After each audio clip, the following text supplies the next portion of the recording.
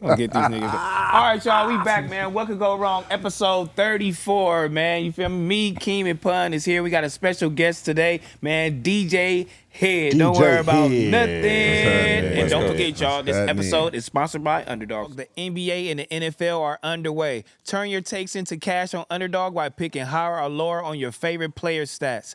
Underdog is available in more than 30 states, including California, Texas, and Texas. You know what I'm saying? And Georgia, too. Let's add that in there. Make sure to support the show by hitting the link in the description and downloading Underdog right now. Sign up and deposit using promo code FMW to get up to $1,000 in bonus cash and a free pick. So make sure y'all download that right now. Use code FMW. Yeah. Yes, so yeah, sir. DJ Head, we got DJ Head in the building. I wish I could clap, but I gotta tap on my thigh. I've seen you clap before. You did? Have you? Yeah. Clap. I've never seen it. I've never seen it. I mean, it didn't make noise, but it was a clap. Not like that, but it was. Now, what do you do when you want to clap, though? He had a tip repeated clap. You just got to make it look cool. Yeah, the tip repeated. Yeah. Oh, this is the one right here. He said this is the one that don't make no noise. Come on, man. Oh, yeah, we got Head in the building, man. You feel me? Superstar. Don't call him a, what did he say? Don't call you a what? Not journalist. I haven't earned the right to be called a journalist. Don't call you a journalist. Yeah, I'm a DJ. You a DJ, yeah. I think the internet has sped up that process, though, right? Of being, internet has sped up the process. It's like it's not the same process. It's not the same of process. going to go be a journalist or whatnot. If you cover the same ground, you cover the same ground, but I also take profession serious. Like I think that this world that we live in, a lot of things get diluted because people feel like they can just do anything, and I disagree. It's training and shit. Like, you know. You wouldn't just let some, like, you got kids. Like, all y'all got kids. I'm the only one with not kids here. But you wouldn't just let some random nigga who said he was a doctor operate on your kids. Right. So I look at journalism as it's a profession just like anything else. So I don't want to be out there like, yeah, I'm a journalist, and I'm not. Like, that's not what type of time I'm on. What's the real definition of a journalist? Let's see if we actually are journalists. Rather not if we put in our hours. I'm literally going off definition. I mean, well, the definition of journalist, I fit in that box. Yeah. But I also have respect for the craft. Like even y'all culturally, but Pun can attest to this. Even when I first started DJing, like I wasn't going by DJ Head. I didn't let niggas call me a DJ till I feel like I earned it. That was you personally, though. That's because I have respect for the craft. Yeah, that was you personally. Yeah. But outside, people like, nah, nigga. I get it. Yeah. We journalists out here. We trying. We putting in the hours. Yeah, I mean, especially on some West Coast shit for sure. You can't say like the journalist is kind of like a historian in the sixth, right? As far as just information. It's information and being delicate with the information.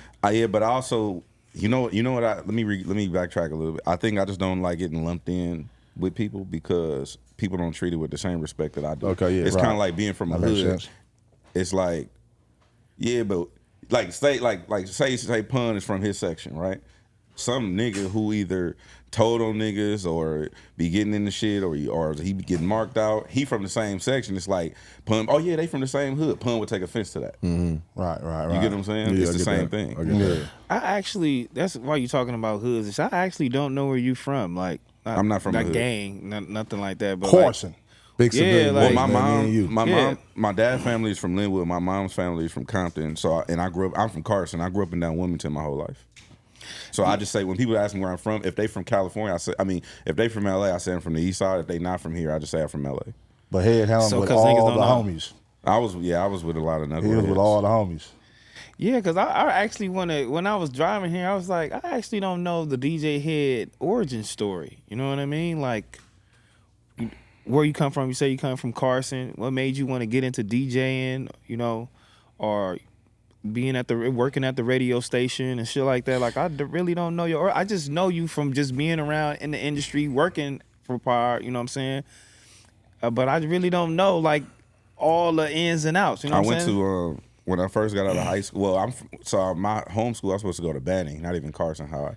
The day my mom went to go do my paperwork, they had a black and brown riot. She's like, you're not going here. So I couldn't go to school with the homies. So I ended up going to Gahr and Cerritos. And Gahr. All of the homies from Compton went to Gahr. Yeah. A lot of the homies. So we all caught the 130 up Artesia to go to Gahr. And yeah, that's where I went. So I stayed in that area when I went to college. I went to Cerritos. And I got into the radio. I wanted to be on the radio, so I just went up to the dude who ran the radio. I was like, yo, I'm dope. Put me on your radio station. And he laughed at me, and he said, take my class. I think about it. I signed up for radio broadcasting. I stayed at community college for 3 years. My show got cracking. And then I started doing a lot of the clubs and shit. And people just knew me as just a host. I was just hosting everybody club. Just hosting. I used to get in trouble for shouting pun out on the mic. Yeah. Well, like, why? In 2005, because he would be in there with hella niggas from everywhere. Tripping. Yeah. Tripping on shit. And Was this Hollywood days or this just parties? Nah, this is nigga parties around this is LA. Parties. This is parties. Parties. This is 05. This 05. Oh, this is crazy. Then. 05. So we ain't even touched That's just LA no parties. just Gahr, LA shit. Hollywood, Sunset, nothing yet. This Hollywood LA shit came shit. later. Yeah. And so I was doing that, and then I just got popular, and then I was hosting all of the clubs, and I started giving away tickets on the radio. Got kicked out of school. We crashed the server. And then after that, I met this dude named Pooh hit me up. He's like, I got an artist named G Malone. I'm like, who the fuck is that? You know what I'm saying? He's like, we Black Wall Street, want to get him on your show. So I was like, tell the nigga pull up. So they pulled up, and then we just never left. It was like, we fuck with you. And they was Shout out like, Pooh. we gonna shout out to Pooh. You know what I'm saying? Changed my life. He was like, yeah. They just started like fucking with me. It was like, we going on trips and shit. And then Pooh was like, Glasses, they was like, we just gonna have you host all of our events. Like, you know what I'm saying? Like, we just trying to figure this shit out. So he put out this White Lightning mixtape, and we was hand-to-hand combat with it, out the trunk type shit. And then niggas ended up getting signed. Mike Lynn over at Sony, who signed Game to Aftermath. Mm-hmm. He ended up signing us to Sony. We ended up getting a record deal, did the By the Bar event, which is legendary. And then after that, shit, it was a whirlwind. We went on the road. Well, during that mixtape era, he was passing out, but it was still the downloads. It was still, you know what I'm saying? It was barely Yeah, cracking. like- It was all physical and like live, Dat Piff, live mixtape. Yeah, So it was still Piff, blog era live, shit. yeah, Two Dope hot new Boys. hip hop was going. You know Well, what I mean? Yeah. So, all right, that's interesting now. So, cool, big civilian. And you always been like, you leave me out the bullshit, whatever the case may be. But what made you decide to stick with G Malone and everything that came with him? Or just the world you kind of like, And you where kind I of got cracked into, off in? because the street I world. grew up in a around sense. that. That's where I'm like, I went to 5 elementary schools, all on the east side. Well, 5 elementary schools, only one of them wasn't on the east side. Like I know everybody. Like my family is from certain places. Like my cousin Ian. They call him Six, but my cousin Ian, he from over there. I was at Southside Park every summer. Like I spent my summers going to NYSP at Compton College. So like I just grew up around all of this, y'all. It ain't like I'm like scared or timid around it. I just don't want no parts of it. But it's like Because what you seen, 'Cause like what you I always seen. seen Right. ahead. yes. Is that when what it when I was in the 4th grade, I used to live in Cross Atlantic Hood in Linwood, and when I was in What's up? When I was in 4th grade, they used to like, some of the homies was like, come hang out, and I was just like, nah. And it wasn't disrespect. They always respected me because I've always been a nerd. I was fixing everybody Nintendo and Genesis and phones since the 4th grade. So like they always kind of fuck with me. It's like, nah, he gonna be something, and they kind of just like let him stay over there. Like don't even come over here type shit. And so when that's why it's not foreign to me, but that's also why I understand it on a different level than most people do who don't participate. I understand what you're saying though, because it's like, oh, I want to stay away from it, but I do fuck with G Malone, but These is we the homies. affiliated by association no matter what we Yes. do. But he You know fucked what I with mean? everybody though. It wasn't just Yeah, G it's like Malone. we can't get out of Yeah. that It shit. was a whole crew. No I'm matter saying, what. I'm saying it's a thin line, which I definitely get. Like it's similar for my whole situation, being so intertwined with it. Is like I understand how y'all look at that, but I always felt like I seen ahead of like always 5 years ahead type shit.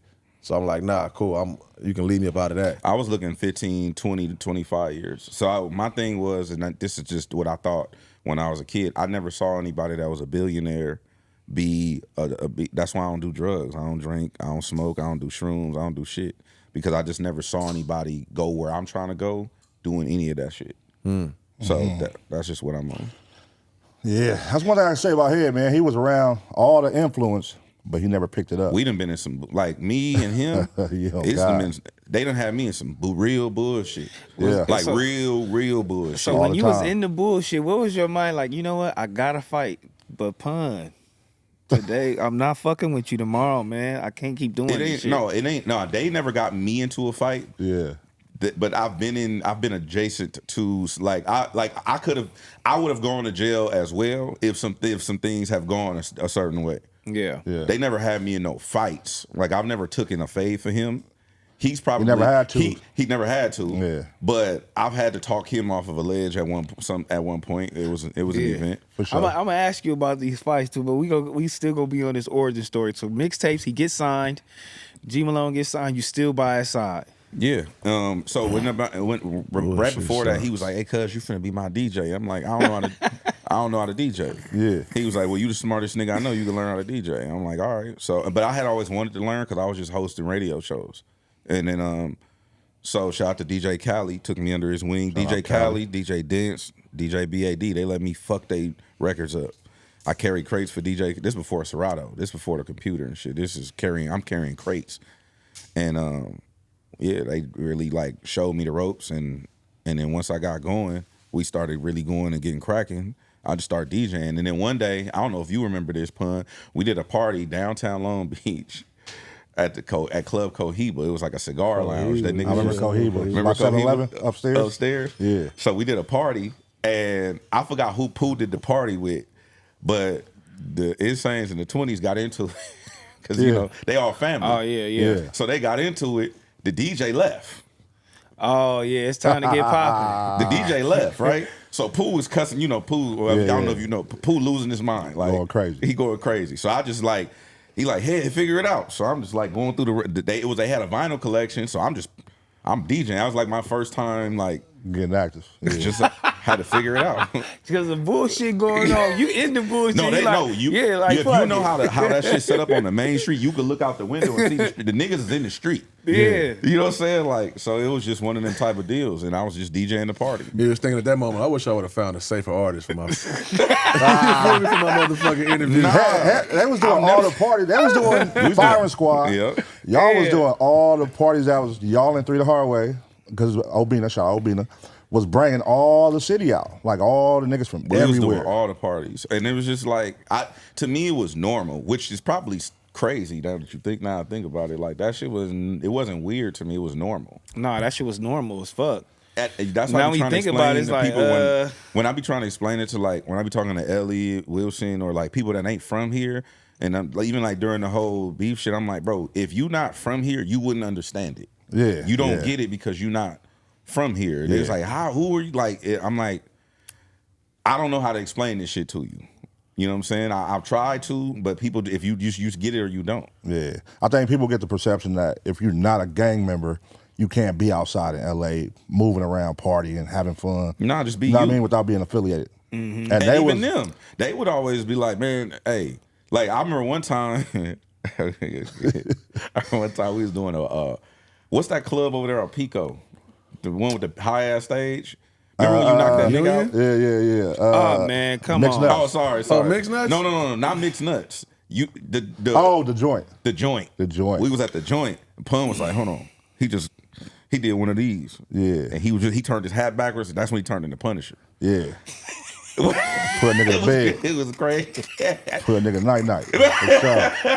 I was like, bro, what? That's what I'm saying. But look, he over there like, I don't want to be a part of this shit. Get him, though. No, I was always talking him out of it. Man, I used to get in front of him like, bro, what are you doing? Please no. Head has always been what you see today. He's always been like, he gonna call us out on y'all bullshit. Like, that's stupid. Don't do that. And we were like, no, I could. Remember when was you in the studio with Kiki and Glasses? Bro. When I was selling guns on the way message? Pun used to sell drugs and guns on AIM. What? And he put a look. So you know how, listen, team, listen. You know how like right now you got your Instagram, you can put your profile picture. Pun will have a gun up there, and in the cap, in the link, the bio, the link part, it'll say, nigga, 350, come pick it up. In real life. This is real life, bro. And they gonna do a Rico. And then he used to have 3 phones. Look, I'm blowing his spot up. Yeah. He used to have 3 phones. Okay, so he had the sidekick, the next tail, and then he had the I-95 with a fake back on it. Had the battery out. So when you pull the I-95 out and you take the back part where you pull the battery, it's mollies and shit in there. Just full of molly. Pills. Yeah. And he was selling pills like that. Yeah. In real life. tight, I used to man. tell him, like, bro, then when he went to jail, he got fucked up and went to jail. He came home and I taught him how to use Gmail. Yeah. In real life. He taught me how to use. I didn't know how to do emails or nothing. He made the Gmails. I made his showed me how to use Gmail it. account, taught him how to use email. We taught him the music industry, all that. Yeah. So the music industry. So it's you, Pun, it's G Malone. Y'all going throwing pool. Everybody throwing parties, but then it's gonna be a shift there. He really burnt out. I'm trying. It's really crazy. He didn't know none of this. That's funny. As fuck. You don't know who you sit next to. That's hilarious to me. You don't. Yeah. Because if Pun be like, don't do it. I got He secrets don't on know you. none of this shit. Yeah, like I got Because secrets. I remember some shit with you, too. Hey, look. Yeah. Look, he write this down in his memory. No, I do. Listen, man, because history, that's like you said, people don't understand. But I'll be looking at it too, because on some shit, on some like, been knowing about you for many years, knowing you for some years, knowing about Pun for many years, knowing him for some few years now, type shit. So I'd be real interested in people's origin story. Me too. Because a lot of this shit you just watch it from afar, or you heard about him, you see him in the mix and everything, but it's kind of dope to be at these ages and kind of like just seeing what motherfuckers got to say. Like, all right, because it's not like I ain't been, not say intrigued, but like tapped in. You know what I mean? Just not knowing though. No, yeah. Just not but see, knowing. it's a shift there. So it's car clubs, it's parties, it's shit going on, and then it stops a little bit. Like you said, jail, shit, it stops. Now, you know what I'm saying? You start working. You know what I mean? My boy got to get into the music business too. You know what I mean? Like, and then I somehow sneak in there in the music business. Now I'm in the behind the scenes. Like, tell us, like, how does that go when you first get your job at the radio station and it's popping?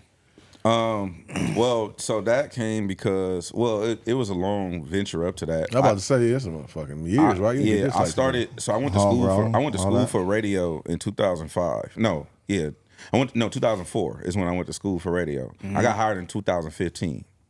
Damn. And so like that's why like that's kind of like where people be like, oh, Head is, he arrogant, or he's like, no, I just don't really have a lot of empathy for niggas who don't put the work in. Put the work in for sure. You know what I'm saying? It took me 14 years to get a key card. Facts. Yeah. So like when people like, man, like I remember one of the homies was like, man, you don't fuck with us. I'm like, what you mean? Like, nigga, he's like, man, I've been doing this shit for 2 years. You don't fuck with me. Like, bro, what are you talking about? I get what you're saying. Like, nigga, it took me 14 years. Like, go fuck yourself. That's really how I feel. But not like on some arrogant shit, but more like you can't whine to me about your trials and tribulations. I can't relate. Do we understand though? My fault to cut you off though, because it's like a thin line with that thing. Do we expect people to go through what we went through? No. This also, right? No. So the whole reason why I do what I do is because I'm trying to shave off 10 years from what I had to go through. If you ask Pud, every time he call me for anything or any advice or anything, I always tell him, I always help him, whatever. The problem is people expect you to just know what they need. Right. It's kind of like your girl, like she expects you to know what she wants for dinner. Right. That's how niggas are. Niggas be like, man, you supposed to know No, you supposed to tell me what you need. Like if you need $20 for gas, I got you. If you want some game, I got you. If you want to come on the show, I got you. But just for me to just be going around thinking, most people Thinking for 'em and shit. Yeah, they want you to think for them, and I'm just not in the business of doing that. That take too many resources out of my brain for me to do that. But the radio station came because shout out to Fuzzy. Actually, I don't think I ever talked about this. Big publicly. Fuzz. But Fuzz was like, he was on the radio. He legend out here on the radio with Big Boy forever. And one day, my boy Dave from New York, I ain't gonna blow a spot up, Dave from New York, big dog in the music industry at a label, he sent me an email and said rumors of a radio station coming to LA. And I'm like, so he's like, hey, you might want to look into this. I'm like, all right. So I just started looking, couldn't find nothing. I heard the beat was coming back. I heard all this kind of shit. I couldn't find nothing. And then one day, like, Big Boy didn't go to work. Like, he posted, it's still up, I think. He posted this picture of him taking his kids to school. And the caption was like, first time I ever took my kids to school. Ooh. And I was like, oh, something going down. Yeah. Like, what's up? Like, That's deep in itself. Super deep. Yeah. Right? And so I'm like, oh, something going down. So I called Fuzz at like 7, 8 o'clock in the morning. Like, Fuzzy, what's up? He like, what's up? He sleep. Hey, wake up, niggas. It's important shit I got to talk to you about. And I'm like, what? I'm like, bro, I know something's going down. I want in. He was like, what you talking about? I'm like, bro, fuck all that mystery and all that. There's something happening with the radio. With Big didn't go to work today. Something's happening because he don't not go to work. You know what I'm saying? Right. He have a kid, he go to work. His mom passed, he go to work. Like, he don't miss the morning show. What's up? You talking about the radio shit? I got you. Don't worry about it. Nah, ain't none of that. I got you. We'll call shit. Like, where's my all access? Yeah. You know what I'm saying? Yeah. Like, Let me in. so he was like, all right, I got you. Say less. I'm like, all right. So I let it go. Then I started listening to the radio. They launched the station, Real 92.3. They talking crazy about power. Then I start hearing personalities on the air and shit. And I'm like, oh, it's a wrap. They already hired everybody. They staffed up. And then I'm thinking it's over. Salas is like, you need to calm down. Salas, my manager, he's like, you need to calm down. You got to have faith. I'm like, all right, whatever. And Fuzz called me and he was like, hey, you know, the programmer want to meet you. I'm like, when you in town? Nigga, I'll be where the fuck you want me to be at. What you mean? Yeah. So I pulled up and then they hired me on the spot. And no audition, no nothing. And he was like, they said you and someone else are the two most highly recommended people in the city. And from the street dudes we talked to the record label people, we talked to artists. It's you and this other person are the only two people that everybody say we got to get on our team. So he just slid me some paperwork. Man, that's crazy, dog. That's crazy. And on that paperwork, because I know that moment was just that moment. You was just stressed out about it, but then, all right, it comes to light. But did you accept right there on the spot yourself, or? Yeah. Well, it wasn't because it wasn't like a deal where I got a salary. So transparency, they hired me for. I never talked about this before either. I got hired for 4 hours a week at $25 an hour. Ooh, man, so I was making $100. When I got hired, I was making $100 a week at the radio station, and that's 2015. I'm 31. Is that when you was working for Big Boy? Yep. What? 2015. I'm 31 years old. I live with my mom. We live in a 3-bedroom house. It's 4 of us. We turned the living room into a bedroom. I'm 31, and I ain't got no car. So you work, but you putting the work in, and then it's years of work. Now your name is building. You building traction for yourself. Now you becoming your own, personality where you can go out and really utilize this to build and get money and do your own thing. Like when do you go in the office and say hey, y'all don't recognize me really doing this? Like y'all don't want to kind of offer me more and rebuild this thing, with me here? That didn't happen I don't believe in that. I believe in standing up for yourself, but I don't believe in demanding anything because to me that's entitlement. And I don't fuck with entitlement on any level ever for any reason. So anything that anybody gives me or does for me is always a plus. I never look at it like you owe me nothing. Even if I give you $100, if I loan you $100, I don't feel like you owe me anything. Every time somebody picks the phone up, that's a privilege. The relationship is a privilege. I told my mom that. Like when I call you and you answer, that's a privilege. You don't owe me shit. I don't owe you shit. Mm-hmm. So I move through life. That's how I'm able to move through life without an ego, is because I really don't operate under the pretense that anybody owes you shit. Even like y'all in relationships, right? I don't think your girl owe you shit. I don't think your girl owe you loyalty, which is probably a hot take. But that in my mind, that's where I am, to where I'm able to just operate in a space where I don't have to feel any kind of way about anything. And you move around like that, saying that you don't owe anyone nothing? It's both ways. Everything our interact, like Keem, I fuck with Keem, but Keem don't owe me a relationship. If I text him, I don't be like, man, you ain't text me back or you ain't call me back. He don't owe me that. Every time you text me, it's a privilege, and I appreciate it. That's how I look at life. Well, do you feel like that's a great way to look at it, man? Do you feel like you was gonna be working at the station for the rest of your life? You know what I'm saying? Because that yes. relationship ended. Like, how did you feel when that relationship ended? Because I never even asked you that shit when I seen that shit in the media. I mean, just on social media or whatever the case may be, and I was like, he leaving? Like, what happened? 25 an hour, man. Nah, I ended up getting a salary. Yeah, that was in the beginning. That was in the beginning. I ended up getting a salary and a real contract, and they gave me the night show. And I thank God for that. And I'm grateful to everybody because I worked on Big Boy's show for 3 years answering the phone. And from 31 years old to 34 years old, I answered the phone and screened calls for Big Boy. And that gave me an opportunity of learning radio, but being in the room, and most people wouldn't see the value in that. They'd be like, oh, you know, whatever. But the best to do it. Exactly, but I'm just grateful. Yeah. So then when I got the night show, me and Kev started going up. And then after when Kev got let go, me and Chuck started going up. And when I ended up leaving was because they didn't want to let me like do other shit. And so it wasn't over money. I had this really big opportunity with, shout out to my nigga Tim Henshaw at Amazon Music. Yeah. Tim made me an offer I couldn't refuse. It was like, this the biggest contract I've ever gotten, like, and it was a TV deal. It wasn't like I'm doing radio. It was like a TV deal, like, and I was like, yo, I need to do this. And they didn't ever have a problem with me doing other stuff. I hosted Rhythm and Flow season 1. I was on TMZ.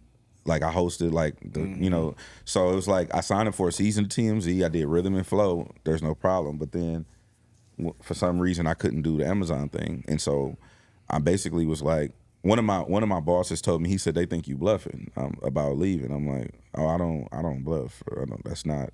I'm not trying to. At first when I started talking, because I started talking to the competitor radio station, and they thought that I was trying to run a play, like run up the money and stuff like that. And I actually told them, I'll do I shouldn't talk about this, but I said, yo, I'll stay on the radio for free. I love radio. Most people grow up and they be like, oh, I want to be a podcaster or a YouTuber or a radio as a stepping stone because they want to be an actor, or radio was the end goal for me. I never wanted to be on TV. You know that was the end goal for you. I always just wanted to be on the radio. Yeah. So I'm like, I'll stay on the radio for free. Give Chuck my money, or don't pay me at all. I'll do the radio show. I'm on the radio 6 days a week. I'll do the radio for free. Just carve out this Amazon shit. Let me do this Amazon shit. They said no. So I got to go to them. They wasn't budging with it. That doesn't make any sense though. You feel me? It makes sense. I never went back and asked. It makes sense. Just read between lines. Just read between lines. It makes sense, but it probably didn't make sense to you because probably, you know, he was probably just testing the waters to see where y'all was at relationship wise. Well, no, it could make sense for somebody, but the relationship is still there. I'm still cool with everybody. It's just that business wise, they didn't see it made sense for them, and like I said, I'm not entitled to anything. Right. So because I'm just all right. I thank you for the opportunity. I'm grateful. Appreciate you, and we'll cross this bridge again. Right. Is radio still the end goal? It's a great question. Not to me no more. No. Radio is something that I love to do because it allows me to. All I ever want to do is talk to my city, and garner a platform where I can influence people to do the right shit. And so, radio wouldn't be the end goal because you don't necessarily need radio to do what I'm doing anyway. So radio would be a part of the process for me, or it's still a goal of mine to go and do traditional radio, but not in the same way. If I go back, it's going to be different this time. All right, y'all, let's get into the Underdog picks of the week. We have 4 picks for this Thursday night football. Get into these picks right now. We're going lower on Russell Wilson's fantasy score for 12.15. Under on James Winston for 33.5 passing attempts. Lower on Justin Herbert's 249.5 passing yards. Over on 3.5 receptions for Cedric Tillman. So let's get into this. As always, turn your takes into cash on Underdog by picking higher or lower on your favorite player's stats. Sign up and deposit now using promo code FMW to get up to $1,000 in bonus cash and a free pick.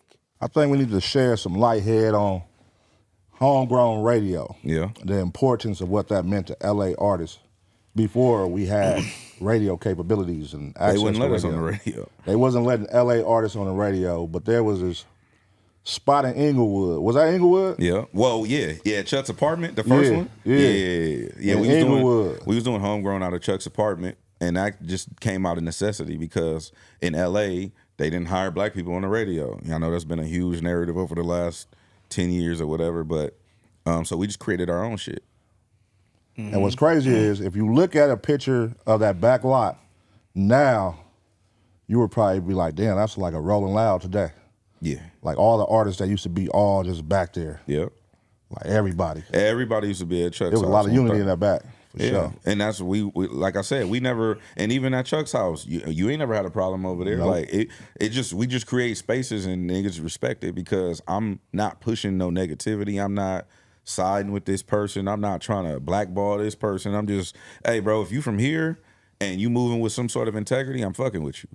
So now you leaving the radio, it was actually a blessing in disguise, right? Because now you reaching more people and you still doing what you want to do and doing what you love. Still reaching LA too, you know what I mean? And having that message still with it though. I said, what you doing, I see it and I see it growing. You know, it's still with Homegrown Radio, still with Elliot. I see you moving throughout the city. I see you doing way more. You feel me? Yeah, it does. I got a it freed question me about up. that. All right, so the Elliot, that right there. How did that come to play? Did he like reach out to you and say we doing this? Which one? Oh, the bigger picture. The bigger picture. He was just gonna be a Shout guest, out to right? this. What's huh? You was just supposed to be a guest. Yeah. I was supposed to be a guest on the show, and yeah, Elliot was like, "Yo, I'm starting the show. Can you come on my show?" I'm like, "Yeah, whatever. Send me the address." So I pull up. We do the show. It's like, "Can you come back next week?" And I'm like, "Bro, am I a guest or what we doing?" You know what I'm saying? Like, and it was like, "Well, can you come?" Shout out to the owner of Uprocks. His name is Jared. Jared and his team was like, "Yo, we want you to come back." I'm like, "Okay, so like, am I another guest or like, am I a host? What we doing?" He's like, No, we figuring it out. I'm like, all right. So we ended up figuring it out, and I stayed. Yeah. All right, that's cool. Okay, I just wanted to know that origin story too, because the timing of it was like, dope. Shout out to it though. What do you mean by that? Let's talk about that. The timing of it. What you mean? No, I just feel like, everything, all the shit you've been doing over the years is like right now you doing this in front of everybody too. which is Trajectory, dope, yeah. It's right. going up, So yeah. well deserved, all the shit. Salute. Even that new show now, I do think it's another light into that living room. What you got going on? Now I was curious on the Elliot side of things because he came out here, and the West Coast. Well, he been out here, but Well, I'm saying he was low though. I think your casual people didn't even know he was out here. Yeah, you know what I'm saying. So that pairing makes sense. Well, I think he always had a platform. Like he was doing Rap Radar, him and B-Dot.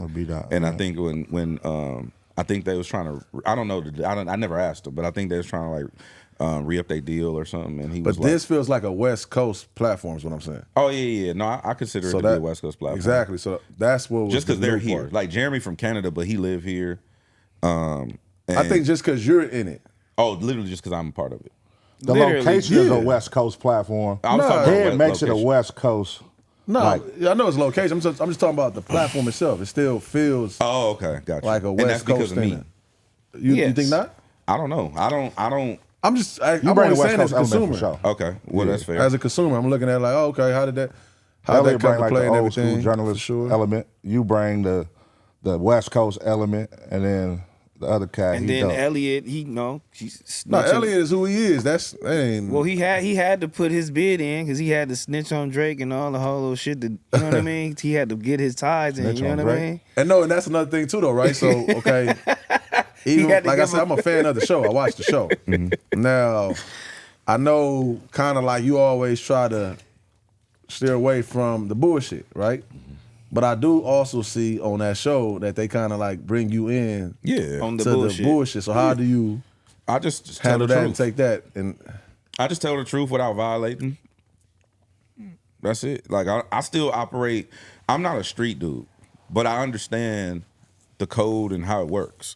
I also don't have the liberties that everybody else have, which is what I've been trying to tell people of this whole year since everything been going on. Like everybody can get on the internet and talk crazy and crash out and do all. I can't do that. I don't have the liberties of doing that. Like, Pun is somebody where he's from. T-rell is probably somebody where he's from, right? I'm still neutral, but I also represent everybody. I'm gonna tell you the truth. When I figured this out, I was ignorant, right?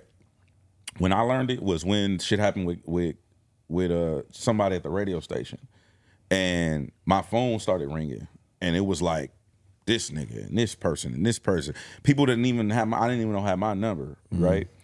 And it was like, nah, we ain't going for none of that. I'm like, what you mean? Like, I'm not tripping. Yeah, but we tripping. So if you know from LA, you know what that means. It's like you've been overridden. right?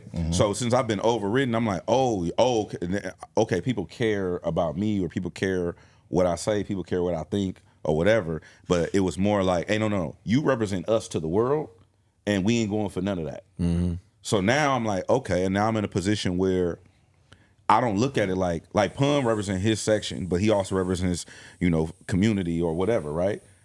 I'm looking at it from a standpoint, I don't represent Compton or Carson or Watts or Inglewood. I represent Southern California. Yeah. So I have to move a certain way because I also am doing business with corporations and brands where it doesn't give me the liberty to say whatever I want to say and do whatever I want to do because my goal isn't the same as everybody else's. Most people are cool with, doing the certain ads that they get or whatever the case may be. Like I'm trying to impact the most amount of people possible with the platform that I have. And you can only do that by operating in a certain space and moving on a certain code.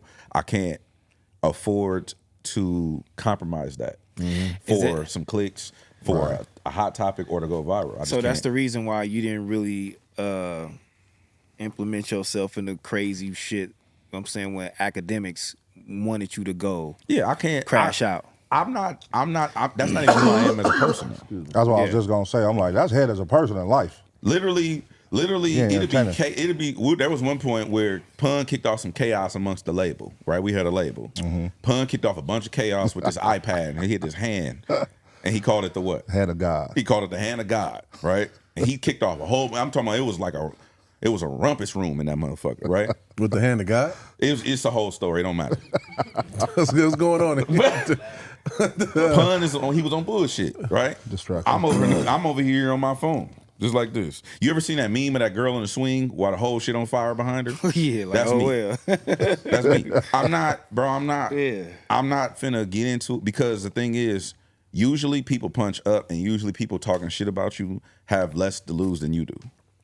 But now that you feel like people want to hear what you have to say, you know what I'm saying? And they're in tune with what you have to say now. And then you have somebody like Akademiks that's like trying to tarnish everything that we have going on or trying to put a damper on our moment. You know what I mean?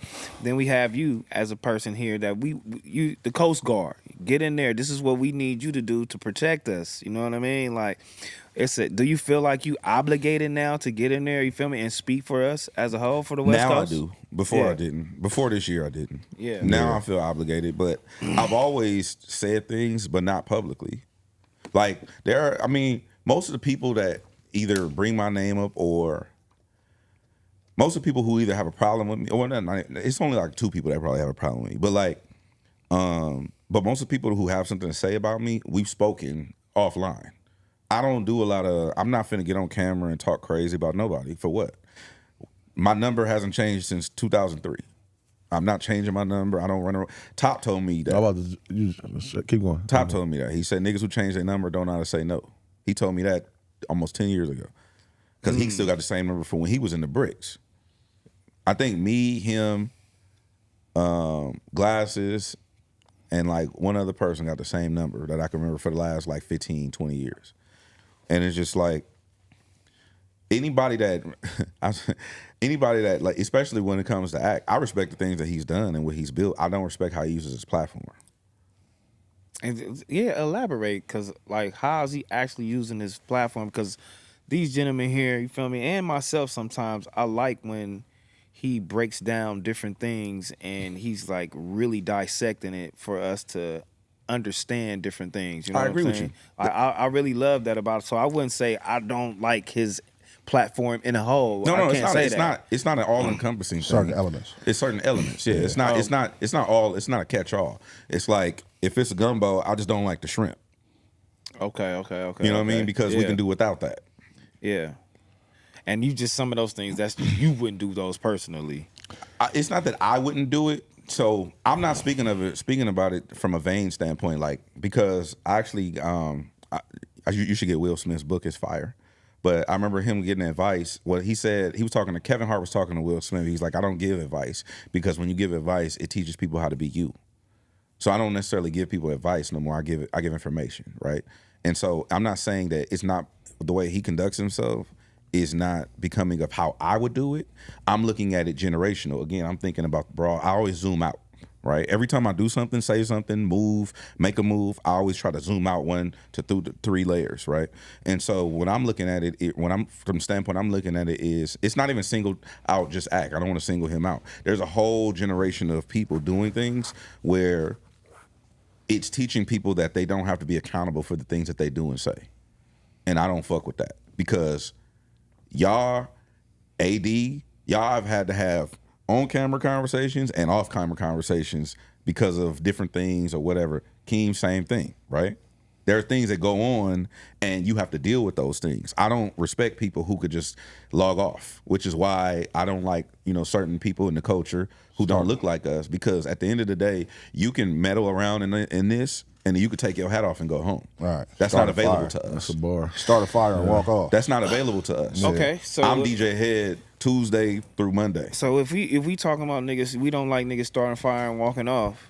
And when you got Elliot getting his ass kicked out of the video shoot, you feel me? And then you got to go work with him. You know what I mean? You got to go speak to him on this platform, and we represent all of this shit.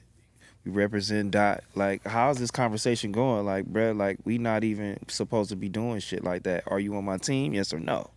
Well, I didn't even know about that situation. Keep it real. Like, we don't think that we hang out. Like, I don't know what he be doing, where he be at. I didn't go to the video shoot. Yeah. I didn't go to neither one.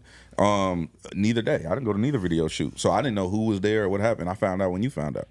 Well, you was there, so that's probably what I was saying. Yeah, but when he was there, you found out. Now you got to go and talk to him. No, we got to go speak to him. we have offline conversations about things. I have a whole bunch of offline conversations. Him, Jeremy, like I've told Jeremy things offline, like, hey, don't do that. You shouldn't say that. I've showed him messages from people. Hey, this is how people are perceiving you. You might want to correct this behavior or whatever. Like, we have offline, but to me, that's how you move. That's how I was brought up. I don't do it for content. Everything ain't content to me. Yeah. So some of those conversations you having with Elliot that we thinking you supposed to have with Elliot on camera, those are you had those off camera. There's been conversations, but I don't necessarily. He's also a grown ass man, so he can deal with what he move how he want to move and deal. Nice. So it's like when me and Pun we've been in situations. I'll be like, hey, ooh, right, and then he at that point he can make his own decision. But at this age, I'm 40. I'm not talking nobody out of doing nothing. Yeah, I'll tell you, like, if t-rell was like, hey, I'm finna go out here and kill this nigga, I'm be like, hey, bro, you got a lot going for yourself. You probably shouldn't do that. You be like, fuck that, I'm crashing out. I'm like, all right, my nigga, I'll see you later. Yeah. Nah, for sure. Go about your business. Same way. Go about your business, bro. If you look in my eyes and tell me what you want to do. Yeah, go about it. But that's how I deal with anything in music. But that's how I maintain my serenity. Yeah. Artists be like, what you think about this music? I'm be like, man, you want me to be honest? Yeah, that shit trash. Or that shit is dope. Well, you think it's trash? Yes, it's trash. I'm putting out anyway. All right, for sure, my nigga. I appreciate you. Good. So how do you all right, so yeah. I don't even want to get in your business right here with this, though. I'm just giving me a little light answer. All right. So I know you get hit up all the time to like come to the studio and everything. Is that like a consultation fee or you? I've never charged a fee for anything. Okay, I don't take money. I don't take money to play records like these niggas do. I'm not. That's what I'm saying. We not the same thing. Yeah. I got into this to correct what was done to us. Yeah. Push the line. That's what I'm on. Have I ever charged you for anything? Nah. Have I ever charged you for anything? Nah, facts. That's good. All right, cool. The motherfuckers out here charging $2,500 and shit for to pull up? I don't charge. To pull I up don't to the studio? charge. for a month. To pull up to the studio? Don't is crazy. do it. Don't do it. No, I'm just saying. Okay, so listen, I ain't gonna go into that. no. Hold on, King. To pull up to the studio. So Don't let's do have an it. educational conversation. Here we go. For your viewers, right? Yeah. There's something in the music industry called payola. Payola is illegal. It's a federal crime when dealing with radio. The reason why it's a federal offense is because radio stations and television networks are governed by the Federal Communications Commission, which is the FCC. Every time you violate the feds. They if you get charged with this, they violate you. They give you 366 days, so that way you go automatic penitentiary, and then they charge you. So any DJ, any radio personality, anybody who's taking money to play music on the radio, that's a federal crime. Now, most people go without getting caught, and they run their plays and their programs. DJ Head has never partaken in any of that because I like being able to say, go fuck yourself if your record ain't good. Yeah. I've told labels, I've gotten into it with labels. Shout out to my dude.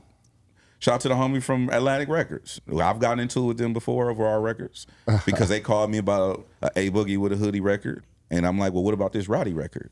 Yeah. Well, we need your support on this A Boogie. Okay, we'll call Flex and Envy and Clue and Self and tell them we need their support on this Roddy record. Until further notice, this is what I'm playing. West Coast, man. Yeah.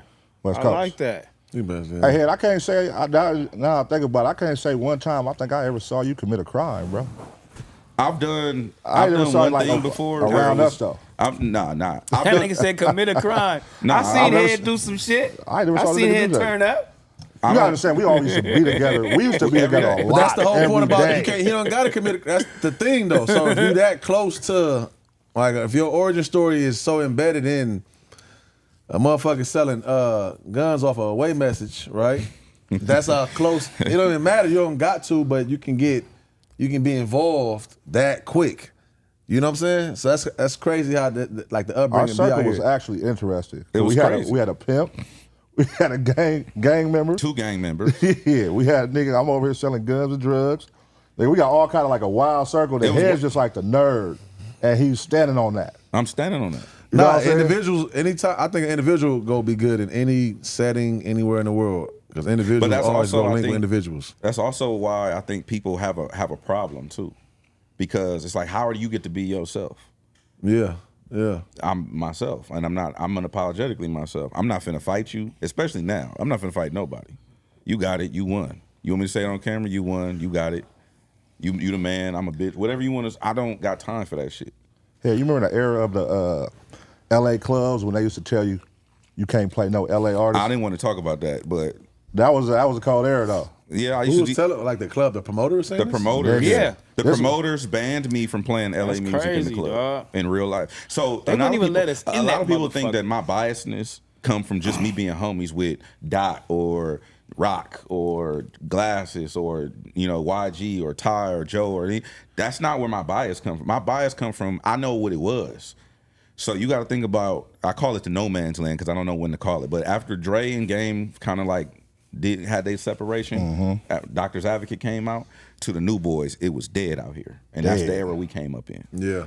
It was dead. It was Glasses and Division and TDE and Hot Dollar and Gorilla Black and Game and them and Spider Loke and 40 Glock and them, and it was just the Wild Wild West. Bishop, Mike Stroh, and then you had these pushing niggas that was bubbling too, but it was nothing out here. All the labels packed up, went back to New York. Power 106 was only where hip hop lives, and they was playing all the LMFAO fist pump shit, right? Yeah. So only place you can go is Homegrown Radio.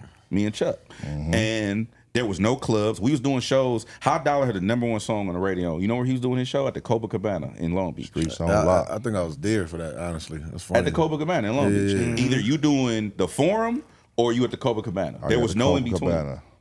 And so my bias comes from I know how hard it was for us to get to these platforms and get on these levels and get people to take us serious, get people to invest. And so that's why I go so hard, because the people that I looked up to didn't do it.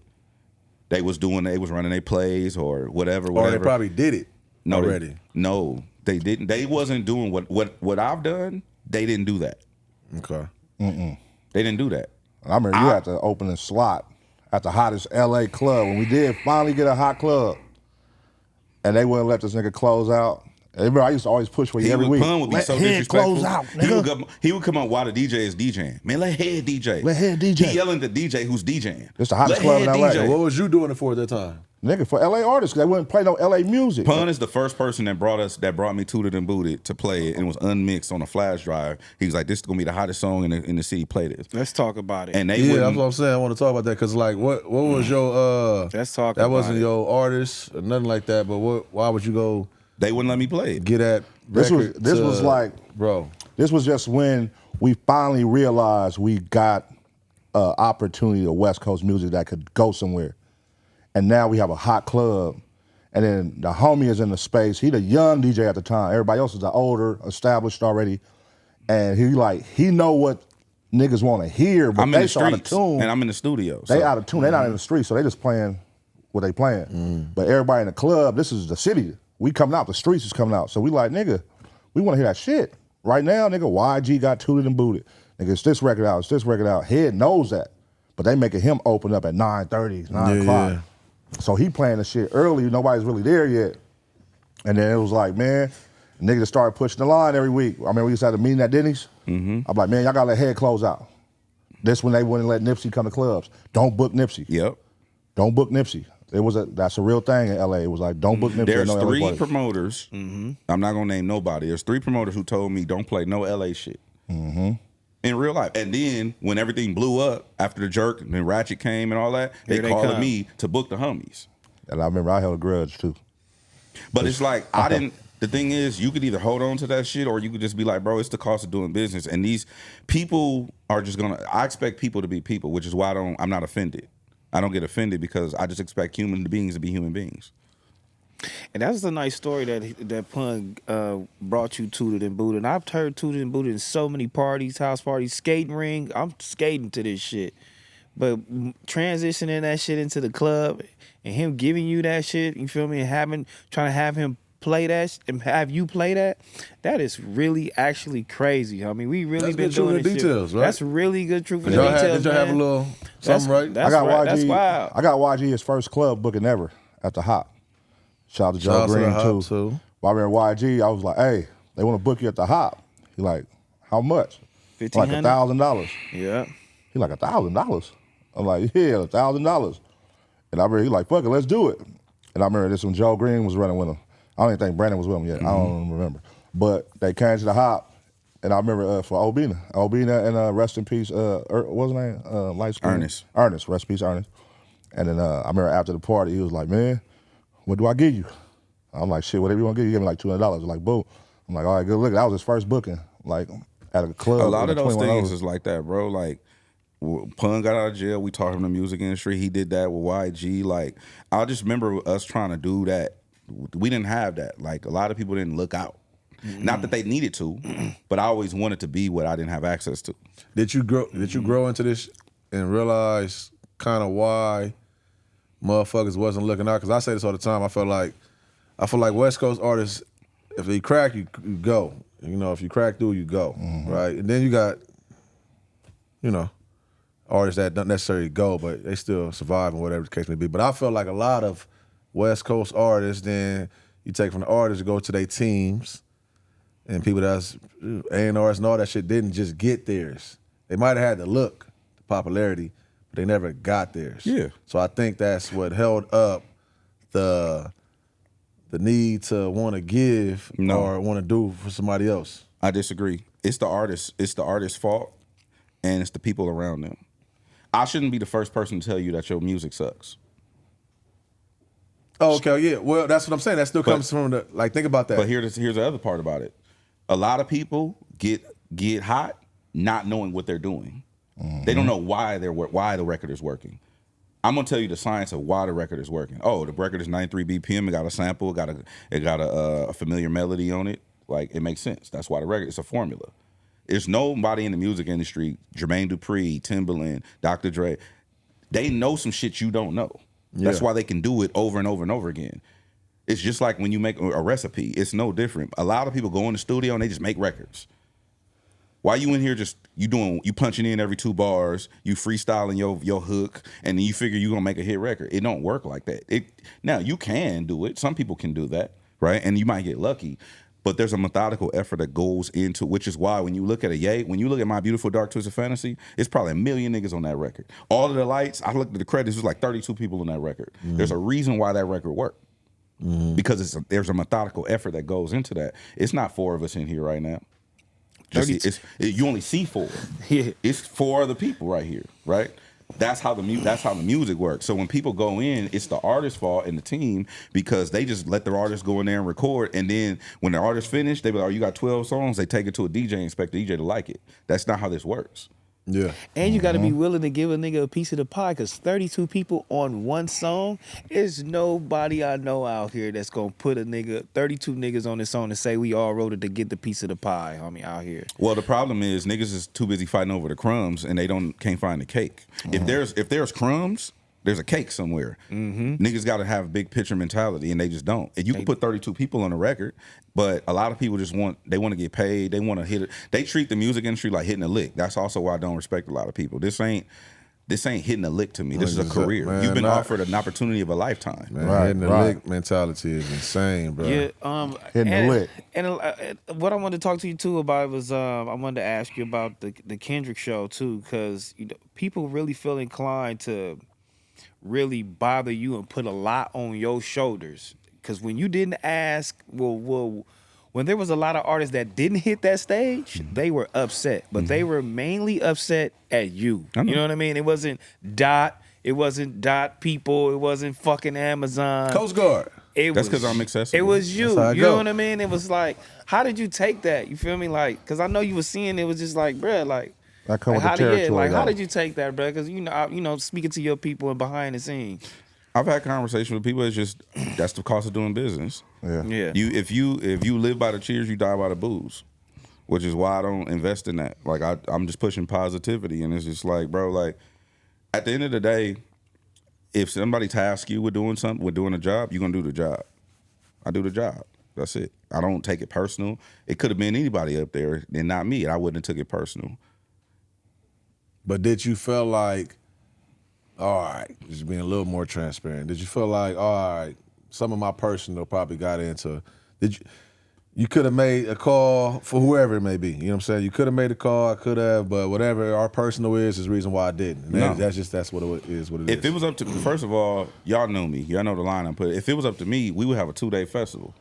And Everybody be on that motherfucker. it would be nobody Left off. Yeah. I wanted to include Pilo, and like I wanted, when people say West Coast, they always assume I'm Just saying LA. I'm not speaking about it. I'm talking about the West Coast. Yeah. I know artists in SeaTac.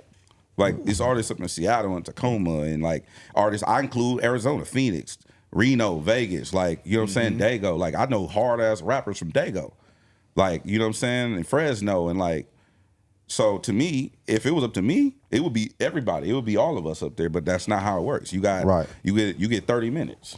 And that comes with the territory of taking on that position. Correct. Because you are the most accessible. I'm the most you accessible. Get the finger I'm the pointed easy at you. target. Yeah, So- the finger's gonna be pointed at you, even though this says Amazon, biggest day. The first person they're gonna blame is head. Correct. Which is because I'm an easy target, and that's You know what I'm fine. saying? So, all right, is a project, homegrown project, DJ Head project, anything like that? You never did a project, right? I haven't done a mixtape since 2010, I think, and that's because I've been offered to do mixtapes, but the way I look at the game, again, I don't do stuff for money or clout. So if I'm not gonna go after drama, I'm not even finna get in the mixtape game. Right. What you mean? I don't get that. What you mean? If I'm not finna go after the king, the crown, and be the mixtape Oh, king, you said DJ drama. yeah. Oh, my fault. Okay. I thought If you I'm said- not finna go after DJ Drama and try to take his crown as the being the mixtape god, I'm not even finna play with that. So I don't even do mixtapes. And the other reason why is because people have offered me, host my mixtape or whatever. My brand not for sale. Shout out to Head. He did our mixtape though. I'll give you an example. How long ago was that? I'm saying you did our mixtape though. Okay. I'll give you an example. You a businessman. If you wanted to right now, could you sell a DJ Head mixtape? Like if you went in to ask artists, you think we can make some money together? Easy. Yeah, for sure. How much you think you would be able to get? Me? Just no, I'm saying if you was representing me out here, it's like, yo, hit key if you want a mixtape hosted by DJ Head. How much you think we can get per mixtape? That's all in the cure rate, though. I would have, it's really all in the cure Just rate. guess But if I was just Pitching. for the And year, what level of artists we talk about? No. Per mixtape. Just per artist, like an up and coming artist, they want to pay me to host their mixtape. I wasn't saying that. I was saying you. No, I host know your that, own. but I'm asking that question. Okay, that they want to pay you to host your mixtape, host their mixtape. I'll say shit. You can do that like a feature price. You can do that like a feature price and do some back end shit. But simple, hey man, give me, depending on the artist again, give me $50K starting off, right? Just to do the host. All right, let's say It's a feature. let's say I did it for 10,000. I was hosting mixtape. Will we make some money together? Eventually. Okay. My point is, I don't do that because my brand is not for sale. If I fuck with you, I fuck with you. It's a relationship. Again, going back to what we talked about earlier, I don't charge to go to the studio. Shout out to my dude T-Money. He didn't try to give me money before. It was like, bro, that's not why I'm here. Shout Do you out get to Money. frustrated with that? Because I'm the same way. I don't charge for shit, anything No, ever, right? I But don't I get do frustrated. get told by some people, they be like, yo, you kind of, And I'd be like, this is the only way I know how to survive is doing it the way I do it. You know what I'm saying? I agree. figure it out later, but here's sometimes the echoes kind of get to me a little bit. Yeah, your brand's not for sale, Here's though. the caveat to that, though. The caveat is that people say I'm an asshole because my delivery is fucked up. Q done kicked me out the studio, right? Because I'll just tell you, like, pun, no, hey, that shit whack. Or I don't like that. That's where we come from, though. Yeah. Right? That's my price. Me being able to be myself. That's my price. Yeah. Yeah, nah. I get it. So nobody has ever put you on the credits for saying, you know what? The first credit I got was from Price. Child Price, man. I've done a lot of records and with people, for people, game, rearrange records, produce and the nigga records. ain't put you on there. And that's what I'm saying. You gotta feel like the human side of you, because I know you it appreciated when Price did that, right? Eventually, It felt but some still, way. though. I mean, when you put in the work, it should happen eventually. But at some point, it's like, my nigga. Nah, because I'm saying when Price did it, right, something had to be like, all right. Something You gotta kind of put him in a separate pocket than everybody. Like, you want just to for know the that. secret to my mentality? Is I remember getting into it with one of our big homies. We was on the road, right? And he was like, he's a super gangbanger, super cripped out, loped out gangbanger, right? Yeah. We on the road one day, but he's like a God-fearing man, carry a bag of Bibles with him. And we was on the road one day, and he was like, yeah, you a square nigga, you know what I'm saying? Woo, woo. He was getting at me, right? And I'm like, I said, you know what's wrong with our community? I said, you're what's wrong with our community. And he was like, why? I said, because I said, everything that we do right, you shun, right? If I love my girl, I'm a simp. If I don't want to be in the streets, I'm a square. If I'm gonna go to school, I'm a nerd, right? So what you're doing is you're making if I report to the authorities that you have violated me, I'm a snitch. So what you've done is you created counterculture and you've made it wrong for me to be right. That's what's wrong with our community. I said, I'll give you another example. He didn't like this. I said, I have more faith in God than you do. He was like, it's no way. I said, let me show you how. I said, you from a section, somebody come through, they do something to your homies. One of your homies. What you gonna do? We gonna go get two of their homies. Exactly. You know what I'm gonna do when people violate me? Nothing. He said, why? I said, because I actually have real faith. I know retribution don't have to be mine. I'm gonna get mine cosmically. I'm gonna get mine spiritually. I don't need to go do nothing. That's how I feel about the music shit. I'm gonna just keep pouring. Because I'm eventually gonna get mine because I have blind faith. Yeah, and eventually That's a hell of a road. Yeah. It's a tough ass road for sure. You said that's a tough road. But I mean, For sure. Yeah, that's a tough road. it's a tough road. But the elevation of where Head has came from to now, and seeing all that, where you came from when you started to now, is crazy though. Because I be seeing like, damn, I think back. I remember when you was doing a stand up shit. We all went to I your did stand one up. night of stand up. We went to your stand up comedy day. Yeah. Rest in peace. Was my boy Dookie Hart. Smarts. Rest in peace, Smarts. Yep. Know what I mean? But Head did the stand-up era. He did the producer shit. You produced Good Dick for Glasses. That good. Oh. That good? Keep going, my fault. I Yeah. never heard the song. I mean, I do know the song. But now. G Malone, Ty Dolla? I didn't remember that song title. Yeah, it's called That Good. That's what it was. That shit ain't gonna lie to this. The song title, I ain't heard that song title in a second, but for sure, I get But it. yeah, But nah, shout out to Head, man. He didn't take it to higher heights, you know what I mean? So that's dope, man. Okay, here. So where was you at in this G Malone era where we had the beef with Ice Cube? You know what I mean? He didn't come that day. He was around though, but he didn't come that day. When we I was don't at, show up for none of that.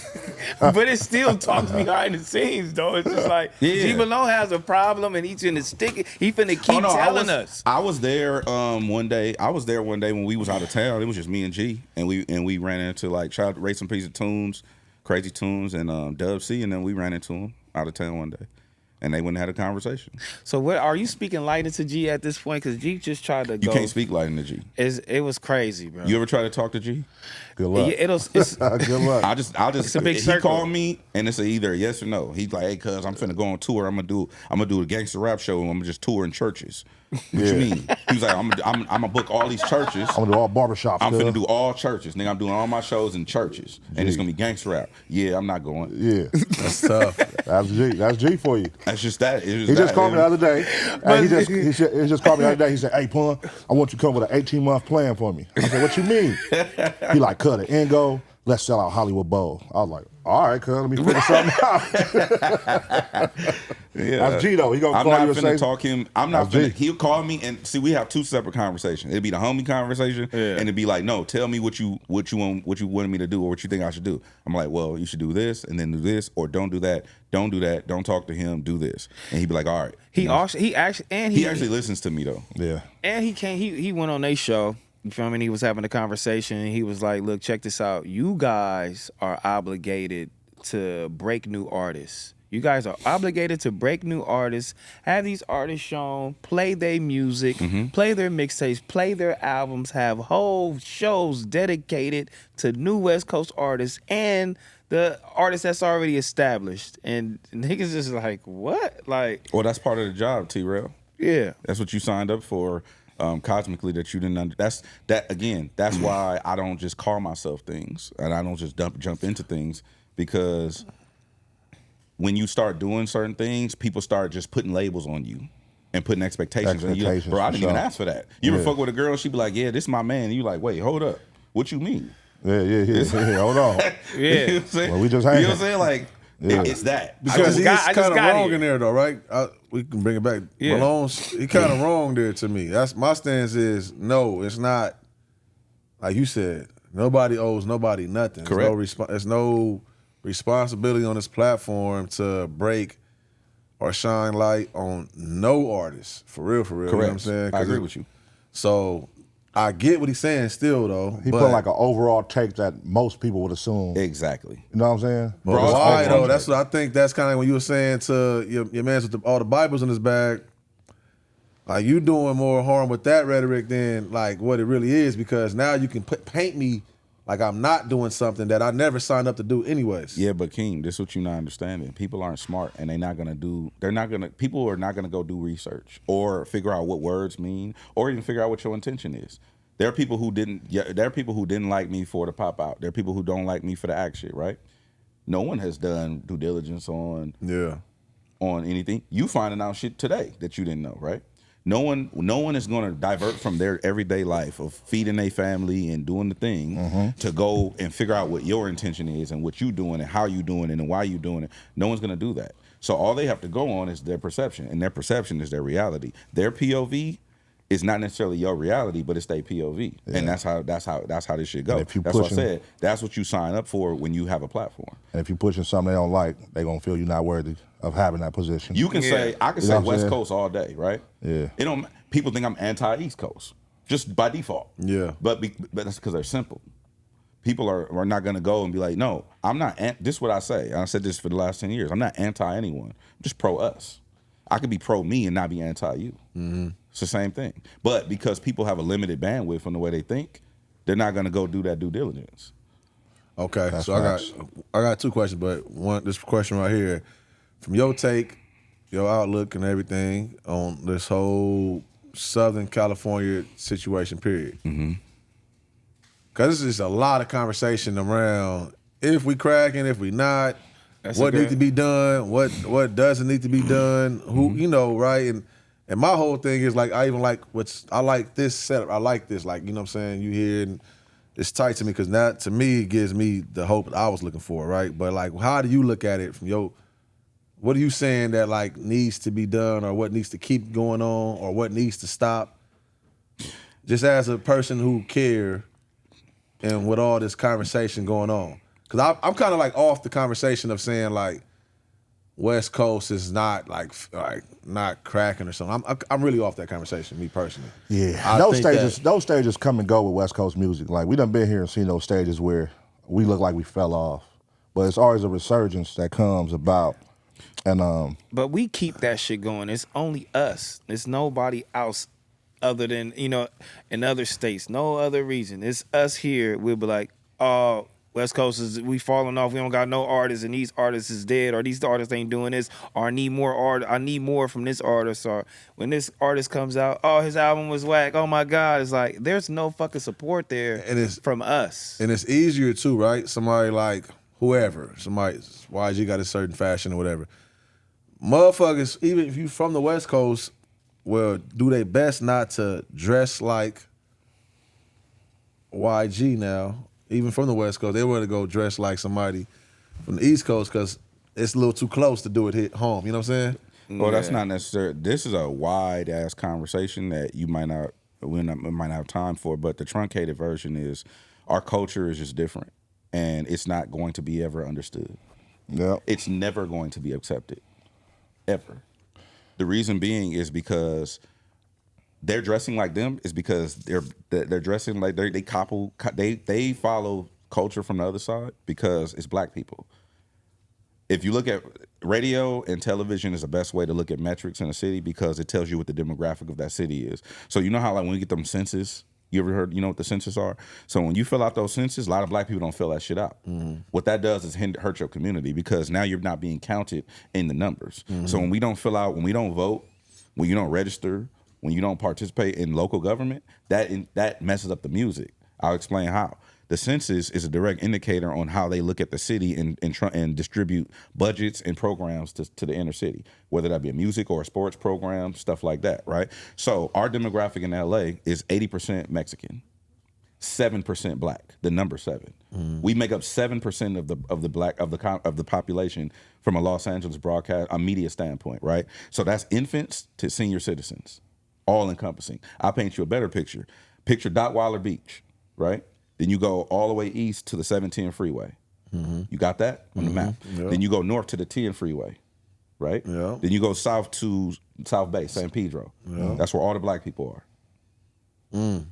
That's crazy. That's real. You know what I'm Yeah, saying? exactly. no, for Yeah. sure, Okay. for sure. Yeah. There's no other market like this where all the black people make up 7% of the population and they're overshadowed by everything else. So the job of an artist that's centrally or located in LA is you have to make a song. You have to make one song that Mexicans love and black people in a bando in Atlanta can appreciate, and a black dude riding the subway can relate to, and a nigga that's doing a slab show in Texas can relate to, and a nigga in Chicago on the south side of Chicago. That's extremely difficult to do. So what should we do to help? Should we be more proactive and just like you going in the studio like, man, that shit trash. You know Yes, what I mean? but yes but and no. a lot of people emotions is in it if we go into that because I don't like niggas. But that could also be the problem. You know Niggas, what I mean? just anybody going in the studio So telling somebody. you have to go Yeah. in with education. Yeah. My biggest thing is I've been doing this for me and Pun had this conversation when he started League of Stars. That's why you could do a problem or League of Stars set, or you could do a mustard set, and everybody knows what that sounds like. It's like, oh yeah, this shit all slap. Yeah, it's tempo. Everybody making these slow ass songs. They making all double time records. A lot of producers don't actually know how to play instruments nowadays. No, I produce. I don't know how to play instruments.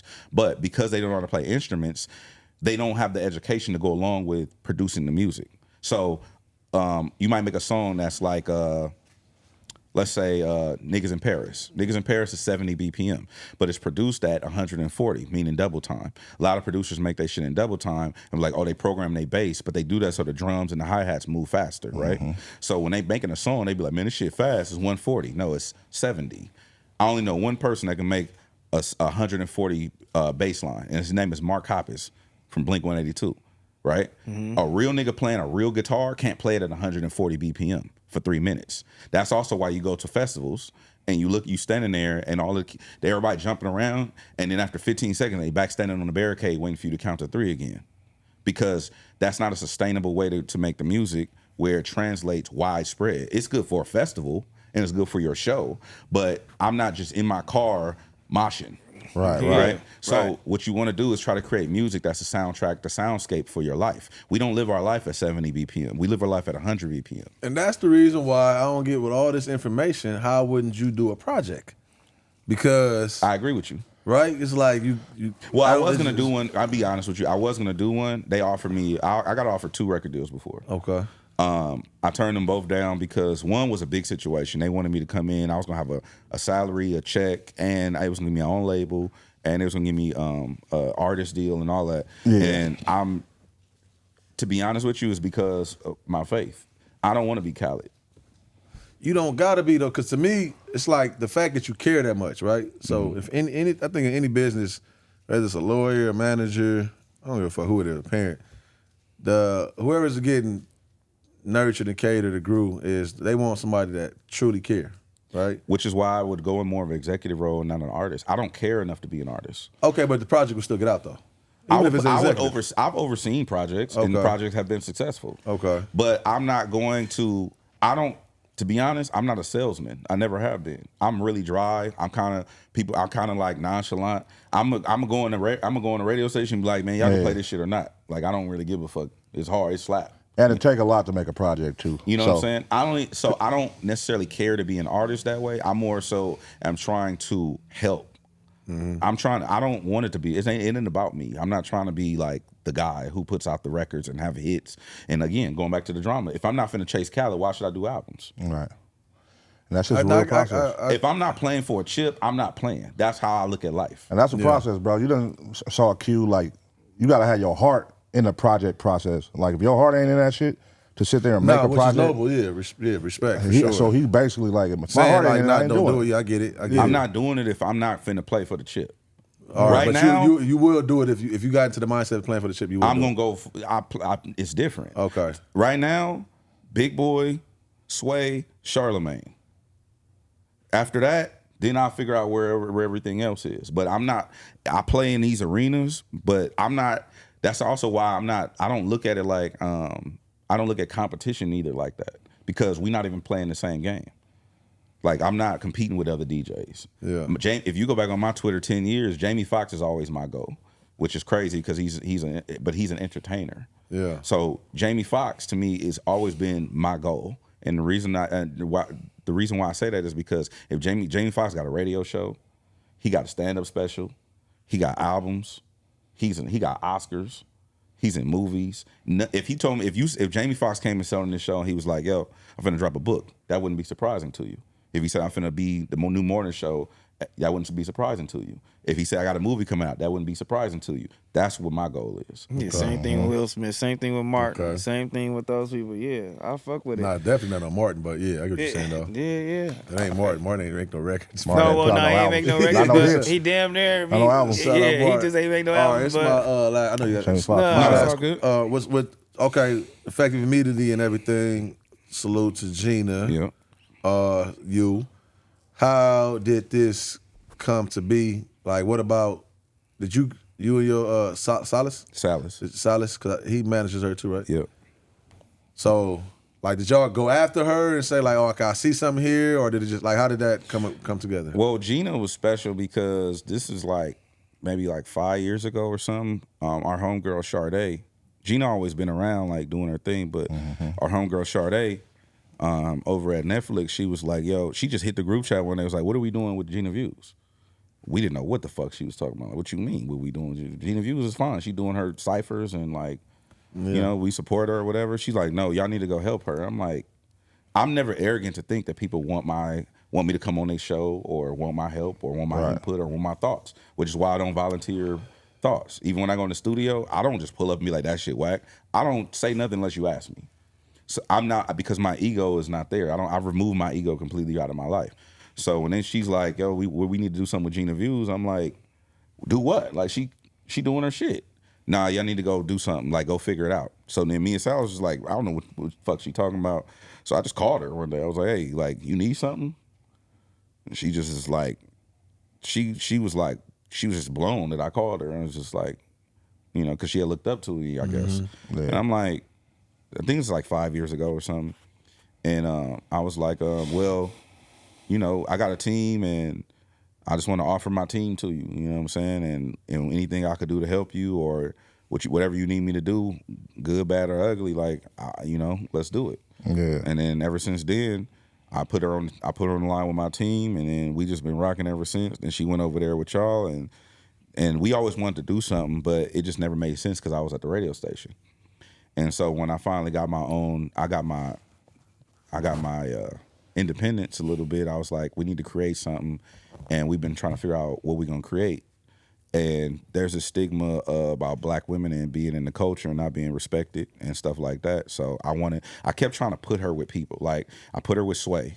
Yeah. And you know, Sway amplified her and, you know, lifted her up and gave her a nice platform and stuff. And then I put her with, you know, I introduced her to Charlemagne, and like I put her with my people. Like, okay, I want her to be the next thing. from LA, right? And it just was it was clicking, but it wasn't clicking. Yeah. And so one day we was like, fuck it, I'm gonna just do it myself. I'm just sit her next to me and we just gonna rock. And then I went and did the deal with Sirius, and I'm like, this is the show, and that was kind of how it. And go crazy. Fire. Yeah, y'all was the missing link to Gina for sure, because she been doing her thing, putting them ciphers together, especially amongst the up and coming artists. We all like wanted being a to help. staple. We just couldn't figure out what to do. Nah, that's the thing. You know You what feel I'm saying? elevated. It Where just can feel I good. sit It just you? feel Who dope, can I yeah. sit you next to? Like, what's going on? Like, so it's, you know, it was inevitable for that shit to happen for her anyway. Because like you said, she was putting in work. She's been doing this shit for a long time. Like, Now she a nationally syndicated radio personality. Shout out to Gina View. Yeah, shout out to Gina Shout out View. Gina View. Yeah, especially when they said nothing was gonna happen with her. Especially when they, you know, talked down on her. Especially when they said she wasn't shit. You know what I mean? Especially like you said, being a black woman, just a woman in general, in every media space, they gonna say it ain't gonna work. You feel me? So shout out to her, man. Yeah. I love that, man. I got another real quick Shout out story. Sade too, man. Sade doing her shit. Sade she going going crazy right now. Yeah. There was some random shit like, I don't know, 4 years ago, I think, right in the smack of COVID shit.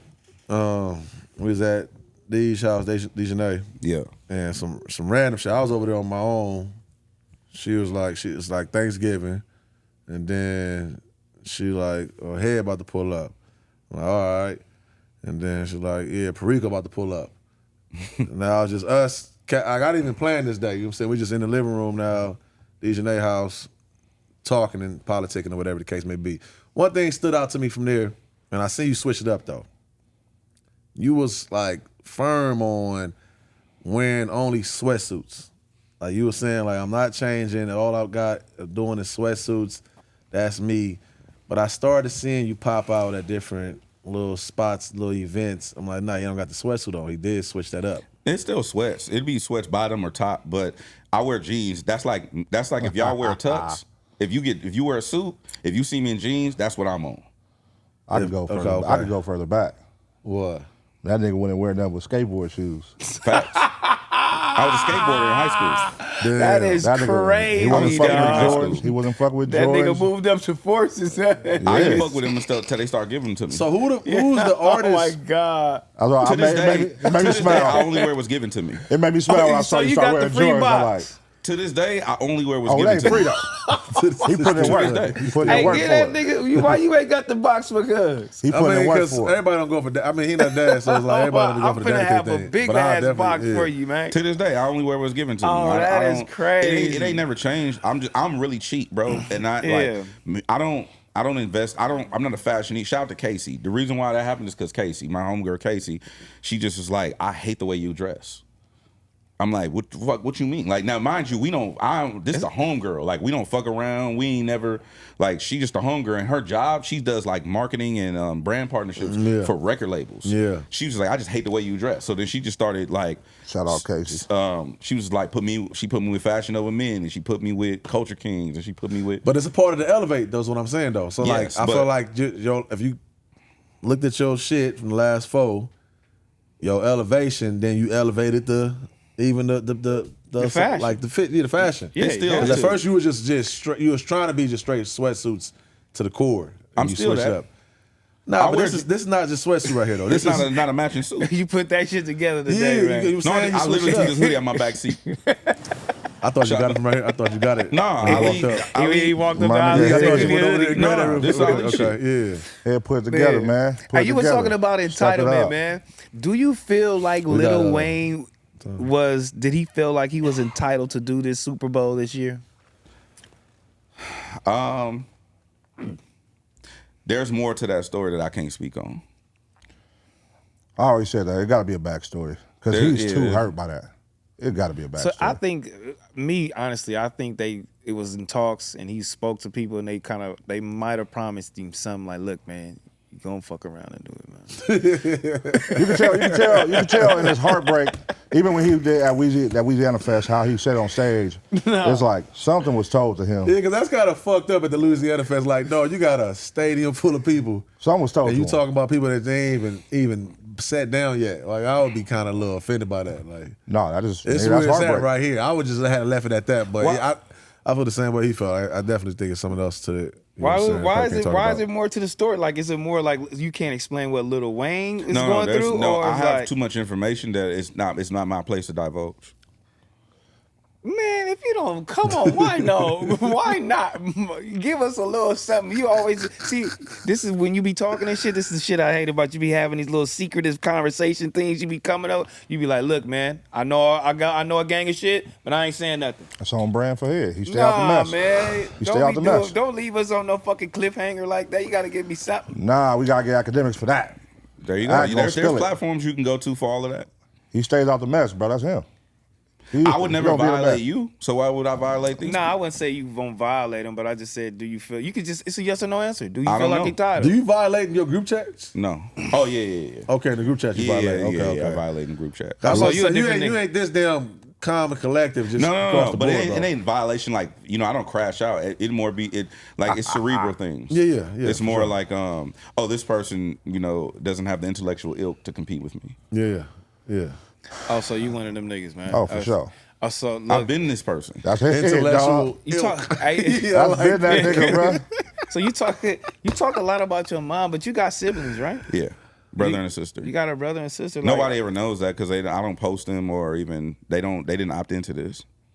opt into like the media. Yeah, and being stuff into like the that. Do they choose to stay away from it? They don't even want to go to the concerts. Younger or older? I have two younger siblings Okay. Oh, and y'all Shout out y'all to have a good Shout out relationship. to moms. for sure. Oh, Well, I met my mom. I didn't get this question though tight. real quick though, because I know time wise. So, what like skateboarding shoes and everything, all the shit, right? Who was the artist that was like inspire you even get into radio though? What genre? What was it? It wasn't an artist. It was. I always wanted to be on the radio like Big Boy. Hip-hop? Hip hop. Like, man, I could talk to my city and say some real shit. So my strategy, I'm gonna give you just a transparent. It's like moment. when Lalo and shit was out there, because I'm saying it had to be somebody else. It wasn't was no an artist that wanted me to Nah? get in the radio. Okay. It was me. So most people listen to the radio and be like, man, they listen to the songs. These songs is fire. I'm listening to hear what they saying. The personality. I'm listening for that. So I never listen to the radio for the music. Okay. I always listen to hear what they saying. I'm like, man, and I always looked at the people who came before me who had the positions. I'm like, man, if I ever get in that position, I'm gonna use my microphone. I'm gonna say some real shit. Yeah. I'm Damn, not gonna, you just reminded me about what was brother that worked at Power 16 you teamed up with? The Mexican Bootleg? that was with you're not Mexican. with My bootleg, nigga. Big Boy. What was his name? Not Tattoo. Tattoo. Shout out to Tattoo. that era too. When he Yep, was with Tattoo. I did. Yep, I did some stuff with Tattoo Yeah. For a couple of years. But I forgot all about that too. for right now. me, I was like, I always wanted to. Again, it's about platform. I choose to use my platform to give education and opportunities because I didn't have that. That's the chip I got on my shoulder. Most people think it's West Coast. Most people think it's music. Most people think it's money. Or I'm not moved by anything. I've never been moved by money. I've never been moved by women. That's not my motive. My motive is I got this humongous chip on my shoulder because I didn't have all this information that I have now, and now I'm just trying to give it away. Fuck with that. How did the relationship between you and Charlemagne happen? Because when I seen him and he was giving all that when that list came out, the top yeah, he went podcasts crazy. and stuff like that. You know what I mean? He had his own list and he shouted us out and shit like that. I'm like, man, that's cool. But I'm like, is he really tapped into this shit or his head? You know what I'm saying? Like tapping him into different shit, like or what? That's You know my what I mean? brother, man. So Charlotte, our relationship started like Charlotte used to come out to LA with the homie Devi Brown, and he would sleep on her couch. He come out here for auditions when he was with Wendy Williams. And that's when we all met him. Me, Glasses, like we always fuck with him. And this is like probably like 07 or maybe something like around there at that time. And then fast forward when iHeart launched that station, I was calling Fuzzy. Glasses ended up hitting Charlotte and was like, yo, Head is trying to get this job at iHeart. Can you put in a word? He was like, bet. And he hit the head of iHeart and told them to hire me. Damn, that's cold. Boom. That's a little ego though. What? Like you said a little earlier, you said, hey, I ain't accepting no motherfucking GA passes. I need that all access. That's a little bit of what's the word I'm looking for? What I just say? Ego? Entitlement. Entitlement? I need that all access because I got somebody to talk to back there, and I'm not accepting no VIP, nothing less. Yeah, is a that's one little way to look at entitlement, it. huh? But I also Yeah. think, but I operate in the space of intention. I don't care what you do. I care why you do it. If me and Pun get into a fight right now and he dies, that's murder 2, manslaughter, right? But if I get on Twitter, I'm like, I'm finna go to t-rell house and kill him right now, that's murder 1. My intention is the intent to kill, right? So my intention is not for me to have all access to feel myself. My intention is to get up here and say some real shit to the world, or use my platform to empower a Gina Views or a Lupe or a Sparkle, or, you know what I mean? That's my intention. So I don't look at it like that. Okay. So behind the scenes too, Charlamagne has been a big help. I like his take. all the way I like through. his take. Huh? I said behind the scenes, Charlamagne, he has been a big help. All of, you know what I'm saying, moving forward. He's through. Charlotte is like one of them people where, like, I went on vacation with him and his family. It took him 2 years of asking me to go because I don't take vacations. That's the first vacation I ever took. I went to Anguilla with him and his family, and it's like, that's like my brother. Like, he done did some wild shit on my behalf, and you know, he's just one of them people where people, if you don't know, you don't know, but if you know, you know. Like, he really cares about the empowerment of Black people within the media space. That's dope, man. I Tight, keep really it want to going, have a bro. conversation with him too, and you know, because he got the Black effect. He doing his thing, like, you know, he hiring a lot of talent for pods and stuff like that. Like, I really want to like pick his brain and see what's going on, just business wise too, because we doing this shit too. You know what I mean? He probably like, fuck with you. Yeah, like we trying to build our own little network, and you know, trying to uplift the West Coast and trying to bring more media, you know, opportunities for artists on the West Coast and shit like that. So, you know, people like you, people like him, that'd be great to speak to, you know what I mean, and pick his brain. Even if we don't like, you know, Well, get him some like merch. Yeah, it sounds like entitlement. Have on all the shit for free. Yeah. Sound like a whole lot of You gotta entitlement take right my here. man out to And eat, no, give him it's- some merch. I mean, you can say He you can say can help you entitlement out. when you got the right attention. He can help you So out. excuse me, Sound like murder 1. excuse You me. dig? You know what I Murder mean? 1. Salute. Absolutely, Nah, man. shout out to him for pulling up though, man. Yeah, appreciate no, you, definitely brother. appreciate it. It's love, Yeah, man. man. Thank it's y'all for love. Cause I don't know me. what the fuck I got going on still. Even we got a show and everything, but week after week, I keep feeling like, damn, I'm really. I saw Wayne though at Shout out Wayne. I talked to him. at the Flognaw, right? And he's like, yo, you coming up here tomorrow? I'm like, shit, I ain't working tomorrow. I doubt I'll come up here. He's like, you in media now? I'm like, man, I'm not in media. I'm not in media, man. I'm really just like big hobbied up. And we had a conversation right after that, but I'm just saying that conversation did stick with me. It did stick with me. And for it sure. should stick with you Media now. because Well, so look, what he's saying, you should be taking it serious. Yeah, so he if was you just taking he was it just, serious. We he got not to, you know what I'm necessarily saying? serious. It's just kind of like, you know, there's Let a me ask couple you a question. conversations. You work with artists. Yeah. If you met an artist at Flognaw, right? Artist came up to you, just some random dude, right? And he was like, "Man, I know you work with TDE. Like, I rap on the weekends. Can you set me up with Top? Would you fuck with him?" Hell no. That's what you just said. Yeah.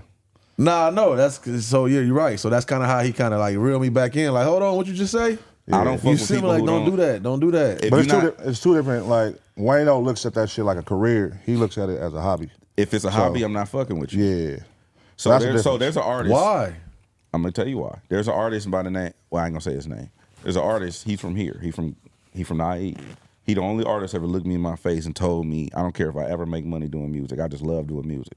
And I said, my nigga, I respect the fuck out of that, and we don't have nothing to talk about. Like I said, I already had my conversation that day, so I did get it. I respect it. I get it. But I got it. I'm not playing. Yeah. Like I told you, if I'm not playing for a chip, I'm not finna go after it. I don't do nothing. I don't have leisure. Y'all got kids. I don't have no kids. I don't have a girl. I don't do nothing else but this every day. Yeah. I'm never drunk. I'm never high. I'm never out of my mind. I sleep 5 hours at the most every night, right? I barely play my game. Yeah. This all I do. So it's not that to me. This not a hobby. This not just like, oh, I'm with the hump. That's not how I look at this. Yeah. So why would I invest in something that's how if that's that person's POV? You don't want kids? You don't want a family? It's secondary to this. My mission is more important. So just second, you trying to be Jamie Foxx. You don't want the kids. Get some pussy's head. Every time I have an Fuck some head. I didn't say I didn't engage in coitus. What I said is my issue usually comes when in interpersonal relationships with women is I always let them know, like, no, you're gonna be second. To this, to what I'm trying to reach. 100%, because Man, you're on a mission. my purpose outweighs even what I'm trying to do. My purpose outweighs my desires. You don't think I want to get on the internet and crash out sometimes or whatever? Of course. Right. But my purpose is bigger. And if I crash out, I can't work with JP Morgan Chase. And I'm the chairman of the board for the Boys and Girls Club, Media Advisory Council.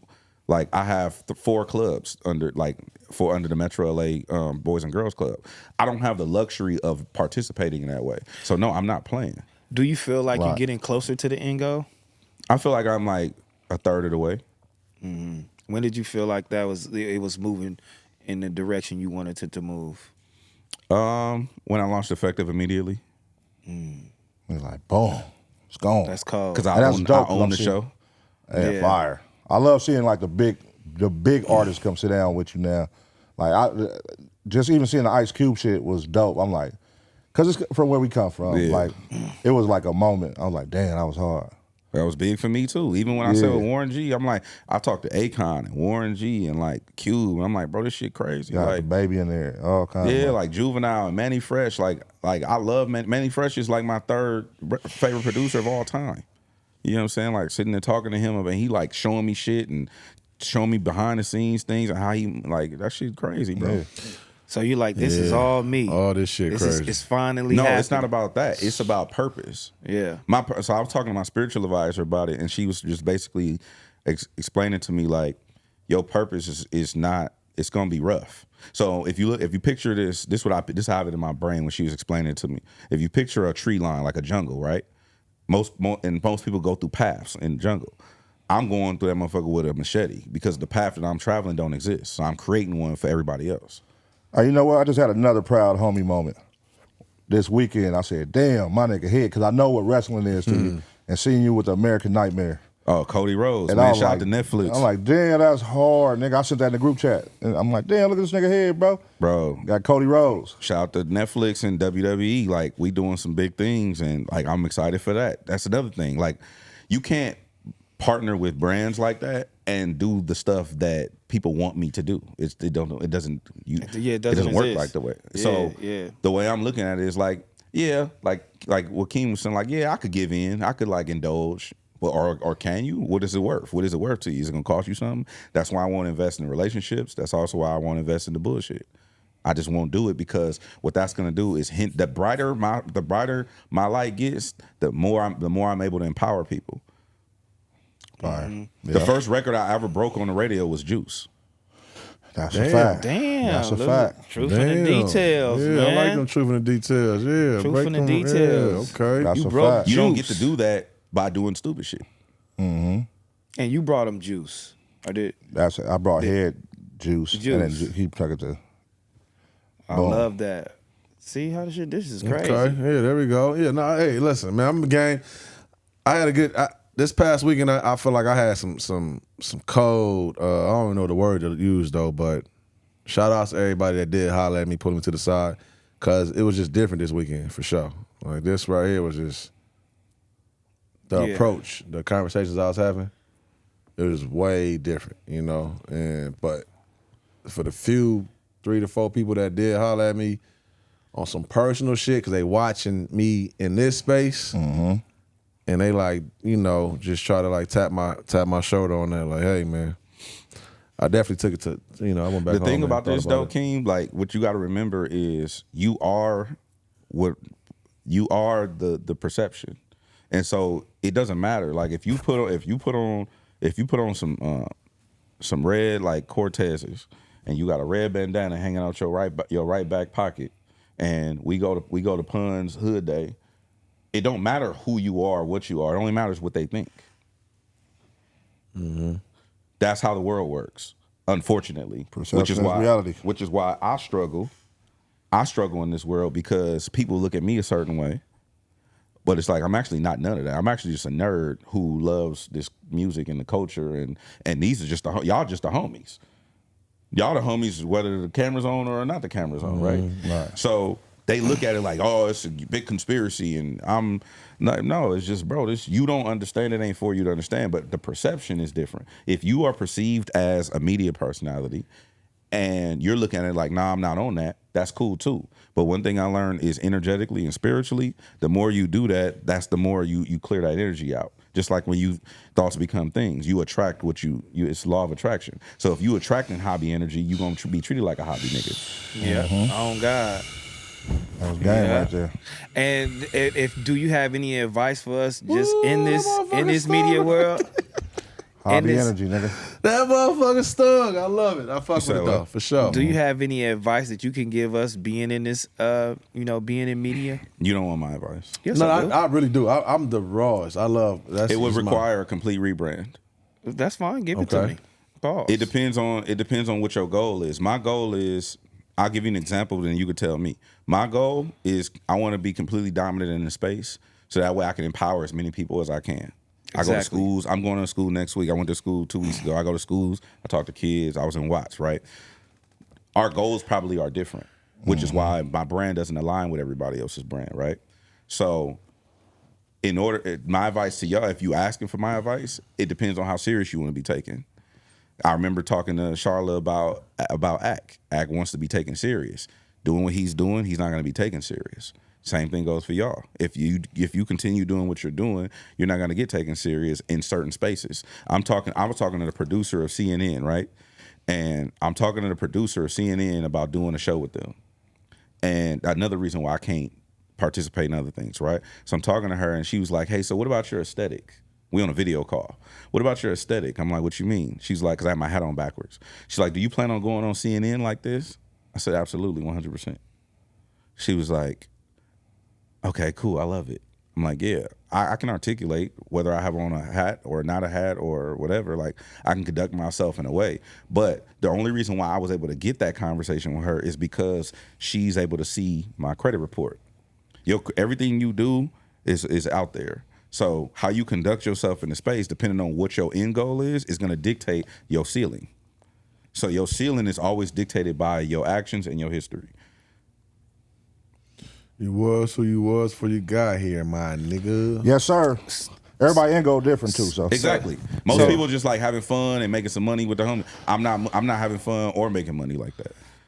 But I am, and I have a family, and I have a girl, and my end goal is to be a nigga that's gonna be dominant in this space, and I'm doing it right now. You feel me? I've As you should. curated something. I have a foundation.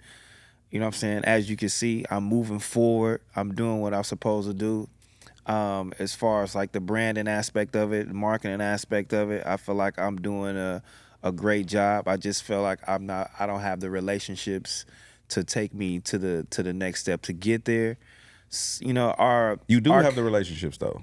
well, and again, I do, but a lot of times I don't like to ask because I don't like to be turned down.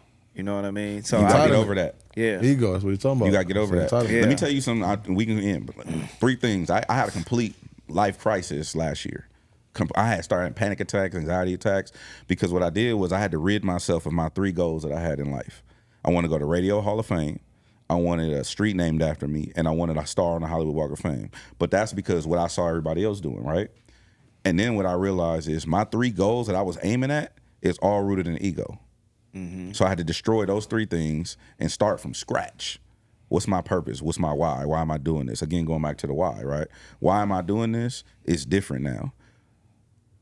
If you are afraid of rejection, your ceiling is capped already because your ceiling is capped at the rejection. Yeah, I mean, I be feeling like that sometimes, but then in a way, I feel like, you know what, I just gotta work hard so they can see me, and then when they do see me and I do ask, maybe it's gonna have a little bit more respect on it. You know what I'm saying? These could be anybody's. These is the people that I don't know. You know what I mean? That can have me read a Kane's, you know what I'm saying, a Kane's marketing thing. You know what I mean? So, you know what I mean? It's like it's anybody in those rooms, like those are the days, you know what I'm saying? It's not the homies or anything like that. This is the people that I don't know yet. And the relationships I gotta build. You know what I mean? Is Keem hungry? Is Keem what? Is he hungry? Is he hungry? For this space? No, just is he hungry? Well, food wise, is he hungry? Sometimes. No, right now, do you think is he hungry? Yes or no? You answer yes or no. Yeah, he's starving. Are you hungry? Did you know that? Yeah, when I asked him, did he want something to eat? He No, said, did you know what his answer was? Did I know it? No. Exactly, because you didn't ask.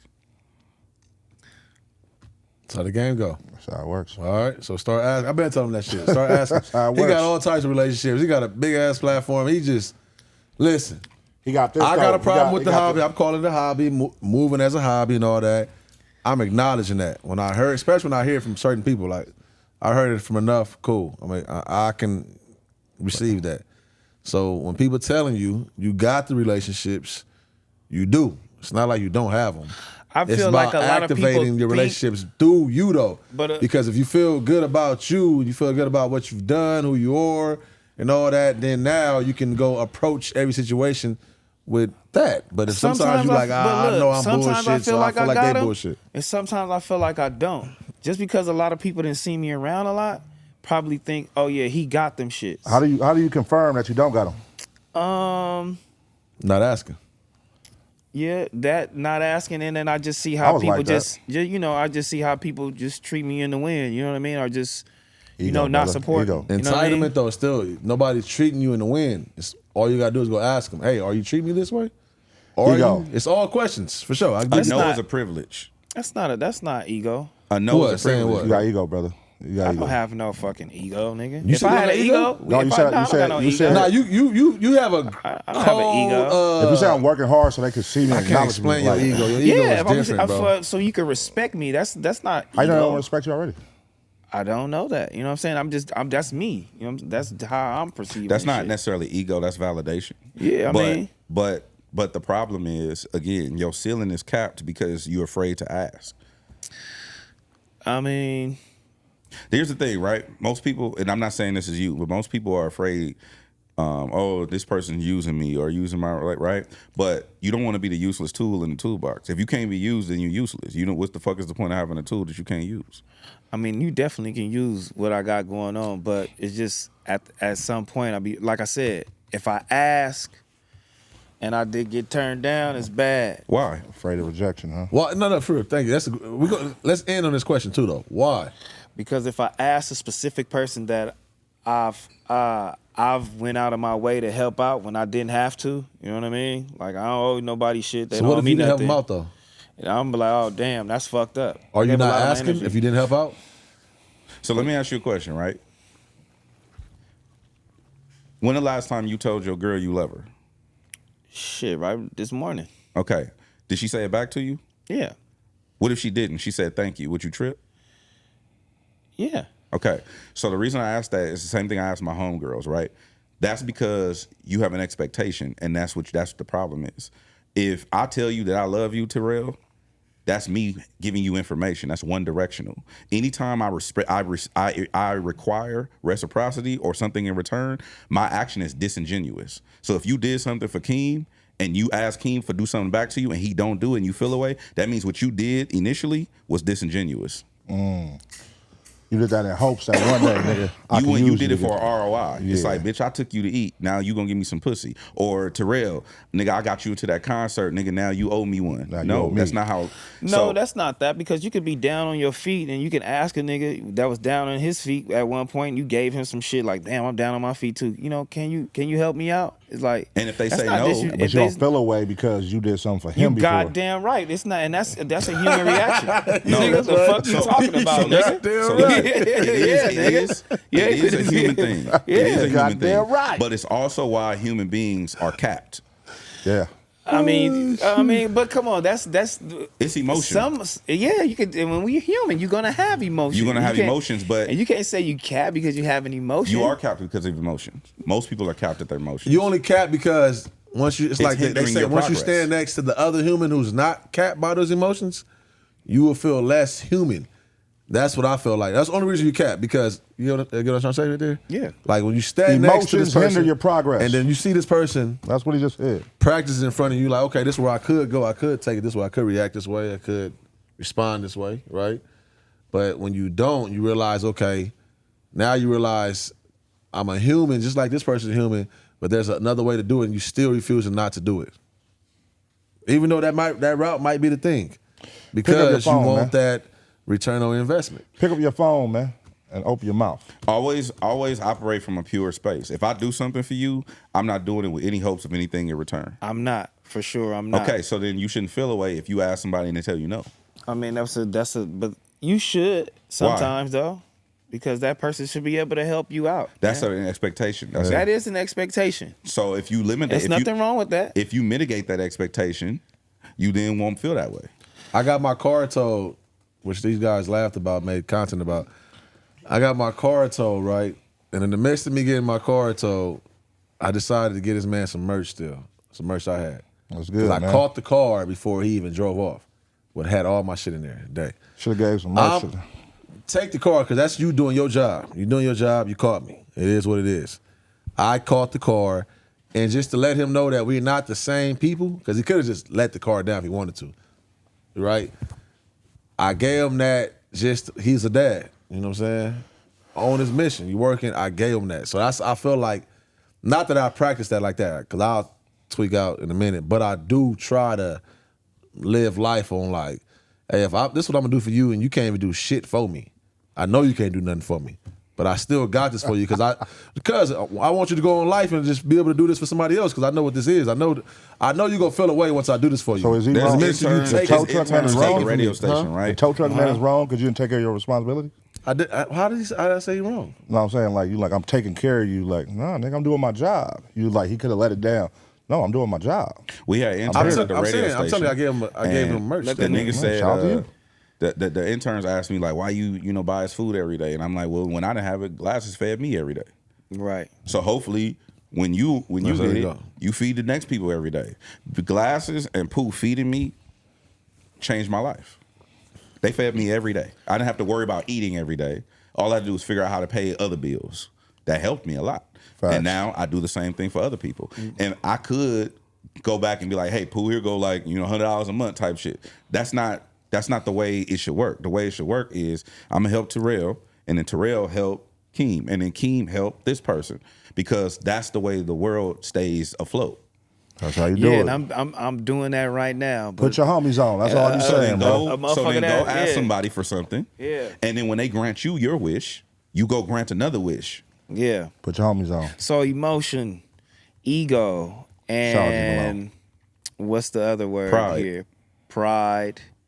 And no, it was the other one. It wasn't. Because you could flip that. You could use your arrogance. Entitlement. You can use your arrogance as fuel. I've said this in a corporate setting. I walked in and I was up there to try to pitch myself to get an opportunity.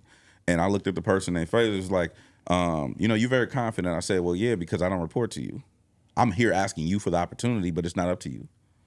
And like, what you mean? I said, well, I report to your superior. So regardless of what you do or say, my blessing is still going to come. Correct. Facts. Yeah, I would have kicked your ass out the goddamn room, coming and sit down with me. Shout out, talking man. like that. Get your ass out That's the really room, how I feel, though. Yeah, you gotta operate from a pure space, though, for sure. Yeah. For pure sure. is love, I definitely love is pure. I had a moment last night where I was just talking to Lil Vader and shit. Shout out to Lil Vader. That's my name. I'm like, who's on your bucket list of West Coast artists? When it was Snoop Dogg E40. I'm like, have you worked with Snoop? He was like, nah, not yet, but he acknowledged me on one of the songs. Yeah. You work with 40? He was like, nah. So I'm like, all right. I called 40 on FaceTime right there on the spot. Boom. I'm like, hey, you know Lil Vader? He's like, yeah, I follow him on Instagram. I said, hey, y'all need to work together. Oh, send me something. It's easy. Boom, boom, boom. Lil Vader like, I'm like, damn, but Rios is behind me tripping. He like, what the fuck? I'm like, nah, that's, niggas don't ask. All you have to do is ask them. 40 is that type of nigga. 40 done helped out all of us. My first placement was with 40. Facts. He done helped out all of us, bro. That's a fact. And all you gotta do is ask him. He don't work with no ego. 40 don't have no ego because he's for the better good of the West Coast. And if he see you out here doing shit for the West Coast, he's gonna fuck with you. Watch on me, Quan. Watch on me, Quan. Ask me man. about Nick Cannon. I put him on the phone with Nick Cannon. He'll get on wilding out. Yeah, that's cold. But it's like, it's more like, it's not even about that. It's not about what you're doing for people. It's just about your intention. If your intention is pure, I fuck with it. But you can't call me and be like, hey, Head, I need you to host this mixtape for this artist I just found in the crowd at Camp Flogno. And, they do music on the weekends. And like, bro, I'm not like, that's not what I'm doing. Yeah. It's kind of disrespectful. You using my craft and my cosign. This is serious. So if you taking serious, act like it. Yeah, I'm taking it serious from now on, people. Yeah, take it serious, man. Take it serious. I do need those conversations. Do some research. Yeah. Or maybe my approach might be kind of fucked up too. No, man. you good. Your approach is good. Your approach is for sure fucked up. My approach is fucked up. Yes. That's what I really got to work on. Yeah. That's what I probably feel most insecure about is my approach. Cause my approach is my approach, so I have to learn. I'm in the learning process of calming back down, you know what I mean, and rebuilding these relationships. I feel like I kind of like tarnished a little bit. So yeah, you came in on the top of the ladder. That's what happens sometimes. Yeah. When sometimes Well, you came in with an artist that went, you know what I mean, got straight to it. Y'all got your That's head, not man. easy either. Sometimes to you have in your be head. next to an artist In your own that way. got access.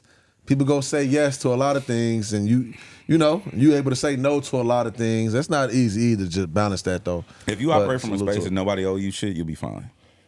That's it. Even a no is I'm grateful for this. I'm grateful. For Thank you. I emotion. appreciate the opportunity. my approach, I need to start saying thank you a lot more. And To me, yeah, thank you, man. Appreciate. You know what I mean? I Yeah, need you to gotta start start saying having thank my you. approach is Me. crazy, but Are you that's what I grateful? feel like Are you it grateful is. for life? Yes, Are you grateful for me and King? yes, I love y'all. Thank you, man.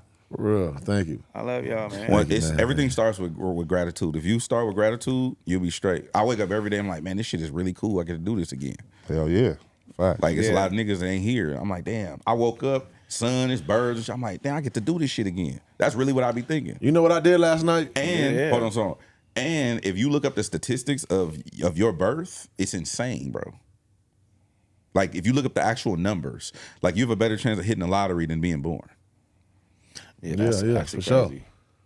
Especially the so sperm now, count, huh? speaking of what you said, Yeah. we We all got to find a way to blessings. end the show though, because we keep going. Okay, yeah. All right. So, but I do have this moment last night though, right? I mean, I ain't gonna say this part, but anyways, Say it, man. I was laying down. Say it, I'm gonna man. say it. Y'all be doing running to me Say nerves. it, man. My lady be getting mad because I've been falling asleep on the couch too much for her, right? Watching Penguin or whatever the case may be. She fall asleep easy, I don't. Anyways, last night, so I went in the room, right? So I'm like, I'm like, she pregnant. So for whatever reason, my son, when I get to touching the stomach, he don't like to move and shit. So I've been taking it personal. Y'all know I take shit personal. I've been taking that personal. Like, what's up with you, man? Anyways, I go there last night and I'm just having me a little moment. She sleep and he moving like a motherfucker. But I felt like it's because of what I was saying to him. Like I went in there on some confession room type shit. I went in there just letting them, you know what I'm saying? Like, you know, I know you see this bullshit. Your daddy on out here because I'm bullshitting these ways. But I know the grace far as the gratitude. I wake up with gratitude every day. And that's kind of like the only thing that kind of like be getting me through for real because, yeah, I just be grateful. I be grateful for to get on the freeway. Like, damn, motherfuckers can't get on the freeway. My mama don't drive the freeway. You know what I'm saying? Little right. shit that get me through the day, propel me through the next hour or whatever, I do it. But I was just laughing last night, just like venting to my damn son that's in the stomach and shit. Like, you know what I'm saying? Like, golly, kid, you got to get it together. Gratitude that's is fine, one man. positive. Everything else, we gotta let it go. I learned a lot today. I Let it learned go, a lot, man. man. Big four emotion. I definitely learned a lot about emotions and, you know, letting things go and leading, you know, with positive energy. You know what I mean? I like that. You know, I like the West Coast as far as, you know, in the whole to come through, you know, and Niggas support say I each like other. the West Coast. No, I love the West Coast supporting each other. End the show, man. Love where you Maybe from, he man. give you the hug after the show. End the show.